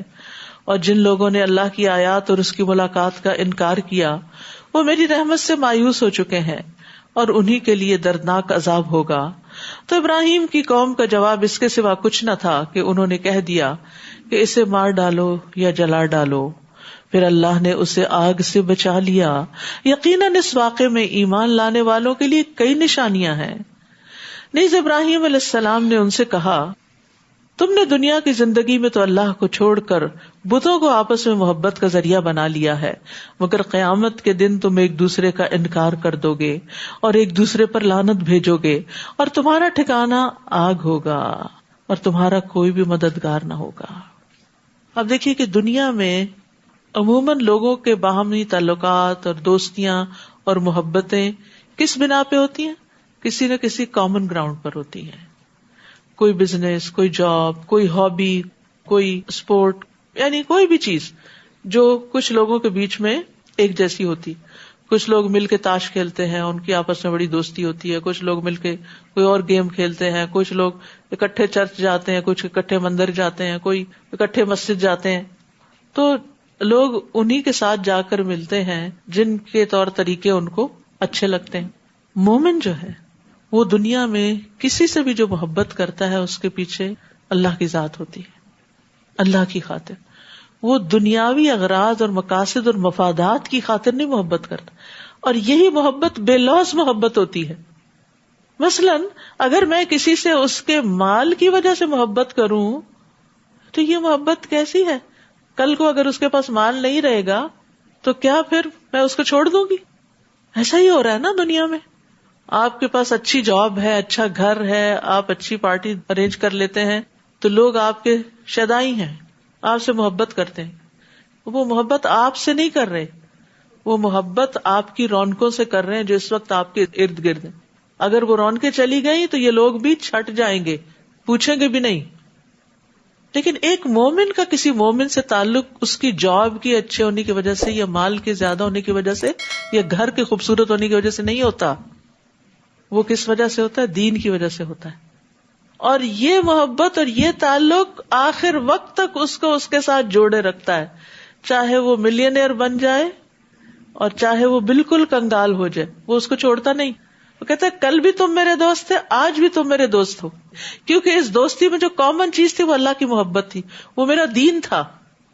اسی لیے آتا نا کہ قیامت کے دن سب ایک دوسرے کے دشمن بن جائیں گے سوائے متقین کے، کیونکہ متقین کا تعلق تقوی کی وجہ سے تھا، دین ایمان کی وجہ سے تھا، قرآن کی وجہ سے تھا۔ تو کتنا بڑا فرق ہے اس میں۔ پھر بھی ہم دنیا کی حقیقت کو نہیں سمجھتے اور دین کو اہمیت نہیں دیتے، اور دین کی وجہ سے دوستی کو اہمیت نہیں دیتے۔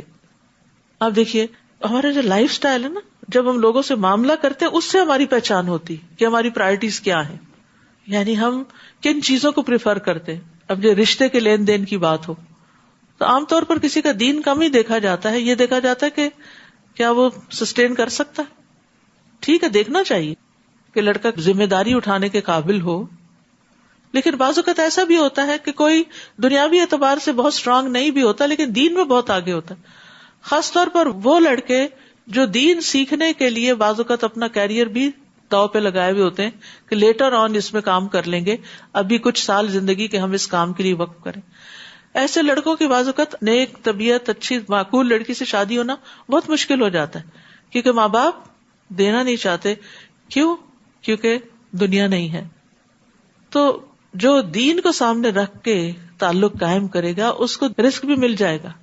کہتے ہیں نا کہ رزق انسان کو اس طرح ڈھونڈتا ہے جیسے موت انسان کو ڈھونڈتی ہے۔ رزق اللہ کے ہاتھ میں ہے۔ ہاں امتحان ہو سکتا ہے، وقتی طور پہ تنگی ہو سکتی ہے، لیکن اللہ تعالیٰ اس تنگی کو بھی دور کر دے گا۔ تو دیکھنے کی بات یہ ہے کہ انسان کی پرائرٹیز کیا ہے، آخرت کو اپنی اہمیت دیتا ہے یا صرف دنیا کو۔ اگر صرف دنیا کو دیا تو قیامت کے دن ایک دوسرے کا انکار، انسان کہے گا کہ میں نہیں جانتا اس شخص کو، اور ایک دوسرے پہ لعنت، اس نے تو مجھے بہکا دیا تھا، یہ غلط کام کرتا تھا، اس نے مجھے بھی اپنے راستے پہ لگا دیا تھا۔ اب بچوں کو سگریٹ اور نشے کی عادت کہاں سے پڑتی؟ گھر سے تو نہیں ہوتی، باہر سے یہ لت لے کے آتے ہیں نا، دوستی کا اثر ہوتا ہے تو بری کمپنی کا اثر ہوتا ہے. پس لوط ابراہیم پر ایمان لے آئے اور ابراہیم نے کہا میں تو اپنے رب کے حکم کے مطابق ہجرت کرنے والا ہوں، وہ یقیناً سب پر غالب اور حکمت والا ہے. اور ہم نے انہیں اسحاق اور اسحاق سے یعقوب عطا کیے. اب دیکھیے جب اللہ تعالیٰ حضرت ابراہیم کی اولاد کا ذکر کرتے ہیں تو پوتے کا بھی ساتھ ہی کرتے ہیں، اور انہی کی اولاد میں نبوت اور کتاب رکھ دی، دین کے لیے قربانی کی. آپ دیکھیں کہاں تک خیر گئی. اور ہم نے دنیا میں بھی انہیں اجر عطا کیا اور آخرت میں وہ یقیناً صالح لوگوں میں سے ہوں گے.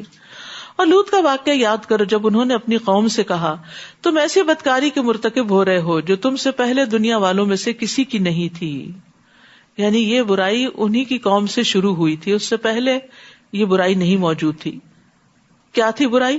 کیا تم لوگ شہوت سے مردوں کے پاس جاتے ہو؟ یہ ایک برائی. دوسری راہزنی کرتے ہو، مسافروں کو لوٹتے ہو، کتنا بڑا ظلم. اور اپنی مجالس میں برے کام کرتے، اوپنلی برے کام کرتے تھے اپنے کلبز کے اندر. وَتَأْتِينَ فِي نَادِيكُمُ الْمُنْكَرَ، نادی کہتے ہیں کلب کو، یعنی بے حیائی کے کام سب کے سامنے. تو اس کی قوم کا اس کے سوا کوئی جواب نہ تھا کہ انہوں نے کہہ دیا اگر تم سچے ہو تو ہم پر اللہ کا عذاب لے آؤ، دھمکی دی. لوط نے دعا کی قال رب انصرنی علی القوم المفسدین، اے میرے رب ان مفسد لوگوں کے مقابلے میں میری مدد فرما، کیونکہ کوئی دوسرا مرد ان کا مددگار نہ تھا، کہیں سے کوئی سپورٹ ان کو نہیں تھی. وَلَمَّا جَاءَتْ رُسُلُنَا إِبْرَاهِيمَ بِالْبُشْرَى، اور جب ہمارے بھیجے ہوئے فرشتے اسحاق کی بشارت دے کر ابراہیم کے پاس آئے تو کہنے لگے کہ ہم اس بستی کو ہلاک کرنے والے ہیں کیونکہ اس کے باشندے ظالم ہیں. ایک ہی ٹرپ میں دونوں کام، پہلے بشارت پھر ہلاکت. ابراہیم نے کہا وہاں تو لوط بھی موجود ہے. وہ کہنے لگے ہم خوب جانتے ہیں کہ وہاں کون کون ہے، فرشتوں کو پہلے سے پتا تھا، ہم انہیں اور ان کے گھر والوں کو بچا لیں گے سوائے ان کی بیوی کے جو پیچھے رہ جانے والوں میں ہوگی، کیونکہ وہ قوم کی ہمدرد زیادہ تھی. وَلَمَّا أَن جَاءَتْ رُسُلُنَا لُوطًا سِيءَ بِهِمْ وَضَاقَ بِهِمْ ذَرْعًا، اور جب ہمارے یہ رسول یعنی فرشتے لوط کے پاس آئے تو ان کی آمد پر انہیں بہت دکھ ہوا اور دل میں گھٹن پیدا ہو گئی، کیونکہ انہیں نہیں پتا تھا یہ فرشتے ہیں. پیغمبر غیب کا علم نہیں جانتے ہوتے. انہوں نے کہا نہ ڈرو، فرشتوں نے تسلی دی، نہ ڈرو اور نہ غمزدہ ہو، ہم تمہیں اور تمہارے گھر والوں کو بچا لیں گے سوائے تمہاری بیوی کے کہ وہ پیچھے رہ جانے والوں میں سے ہے. ہم اس بستی کے رہنے والوں پر آسمان سے عذاب نازل کرنے والے ہیں کیونکہ یہ بدکاری کر رہے تھے. قوم لوط کی دیگر نافرمانیوں کا بھی ذکر آتا ہے. ابن عباس کہتے ہیں لوط کی قوم میں اس بے حیائی کے کام کے علاوہ اور بھی گناہ پائے جاتے تھے. ان میں سے ایک یہ تھا کہ وہ ایک دوسرے کا حق مارتے تھے. مثلاً کسی کا گھر کرایہ پہ لے لیا، کرایہ دیے بغیر قبضہ کر لیا. ایک دوسرے کو گالیاں دیتے تھے، اوپنلی فحش گالیاں. اور جیسے ہو نا اپنی نادی میں کلب میں تم اوپنلی برے کام کرتے ہو. پھر مرد عورتوں جیسا اور عورتیں مردوں جیسا لباس پہنتی تھی، کیونکہ مردوں کے مردوں سے ریلیشن سے تو عورتوں کو بھی مرد بننے کا شوق ہو گیا کہ ان کی طرف کوئی توجہ کرے. تاجروں پہ ٹیکس لگاتے تھے اور ساتھ ساتھ وہ شرک کی بیماری میں بھی مبتلا تھے. اور سب سے پہلے ہم جنس پرستی کا کام انہی سے شروع ہوا تھا. وَلَقَدْ تَرَكْنَا مِنْهَا آيَةً بَيِّنَةً لِقَوْمٍ يَعْقِلُونَ، اور سوچنے سمجھنے والے لوگوں کے لیے ہم نے اس بستی کی ایک واضح نشانی چھوڑ دی ہے. یعنی راستے سے گزرتے ہوئے اب بھی ان کے آثار موجود ہیں. وَإِلَىٰ مَدْيَنَ أَخَاهُمْ شُعَيْبًا، اور مدین کی طرف ہم نے ان کے بھائی شعیب کو بھیجا. انہوں نے کہا اے میری قوم، اللہ کی عبادت کرو اور آخرت کے دن کی توقع رکھو اور ملک میں فساد نہ مچاتے پھرو. انہوں نے شعیب کو جھٹلا دیا تو آخر انہیں ایک سخت زلزلے نے آ لیا اور وہ اپنے گھروں میں اوندھے پڑے رہ گئے. اور قوم عاد اور سمود کو بھی ہم نے ہلاک کر دیا. اور یہ بات تمہیں ان کی رہائش گاہوں سے واضح ہو چکی ہے.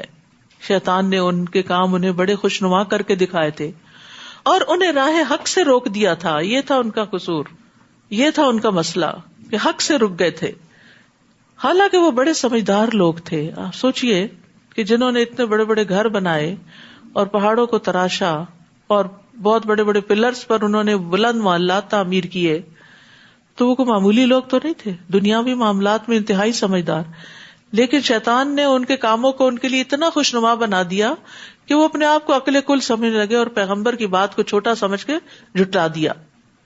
اور قارون، فرعون اور حامان کو بھی ہم نے ہلاک کیا. ان کے پاس موسیٰ واضح معجزات لے کر آئے مگر وہ ملک میں بڑے بن بیٹھے. یہاں بھی تکبر ہے، حالانکہ وہ ہم سے آگے نہیں جا سکتے تھے. ان میں سے ہر ایک کو ہم نے اس گناہ کی پاداش میں پکڑ لیا. پھر ان ہلاک ہونے والوں میں کچھ ایسے بھی ہیں جن پر ہم نے پتھراؤ کیا، اور کچھ ایسے جنہیں زبردست چیخ نے آ لیا، کچھ ایسے جنہیں ہم نے زمین میں دھسا دیا، کچھ ایسے جنہیں ہم نے غرق کر دیا، پانی میں ڈبو دیا. اللہ ان پر ظلم کرنے والا نہیں تھا بلکہ یہ لوگ خود ہی اپنے آپ پر ظلم کر رہے تھے.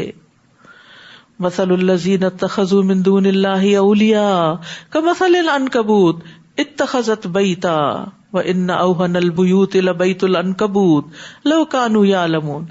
جن لوگوں نے اللہ کو چھوڑ کر اوروں کو سرپرست بنا رکھا ہے، یعنی شرک کرتے ہیں، ان کی مثال مکڑی جیسی ہے جس نے اپنا گھر بنایا ہو، اور سب گھروں سے کمزور گھر مکڑی کا گھر ہوتا ہے. کاش یہ لوگ جانتے ہوتے.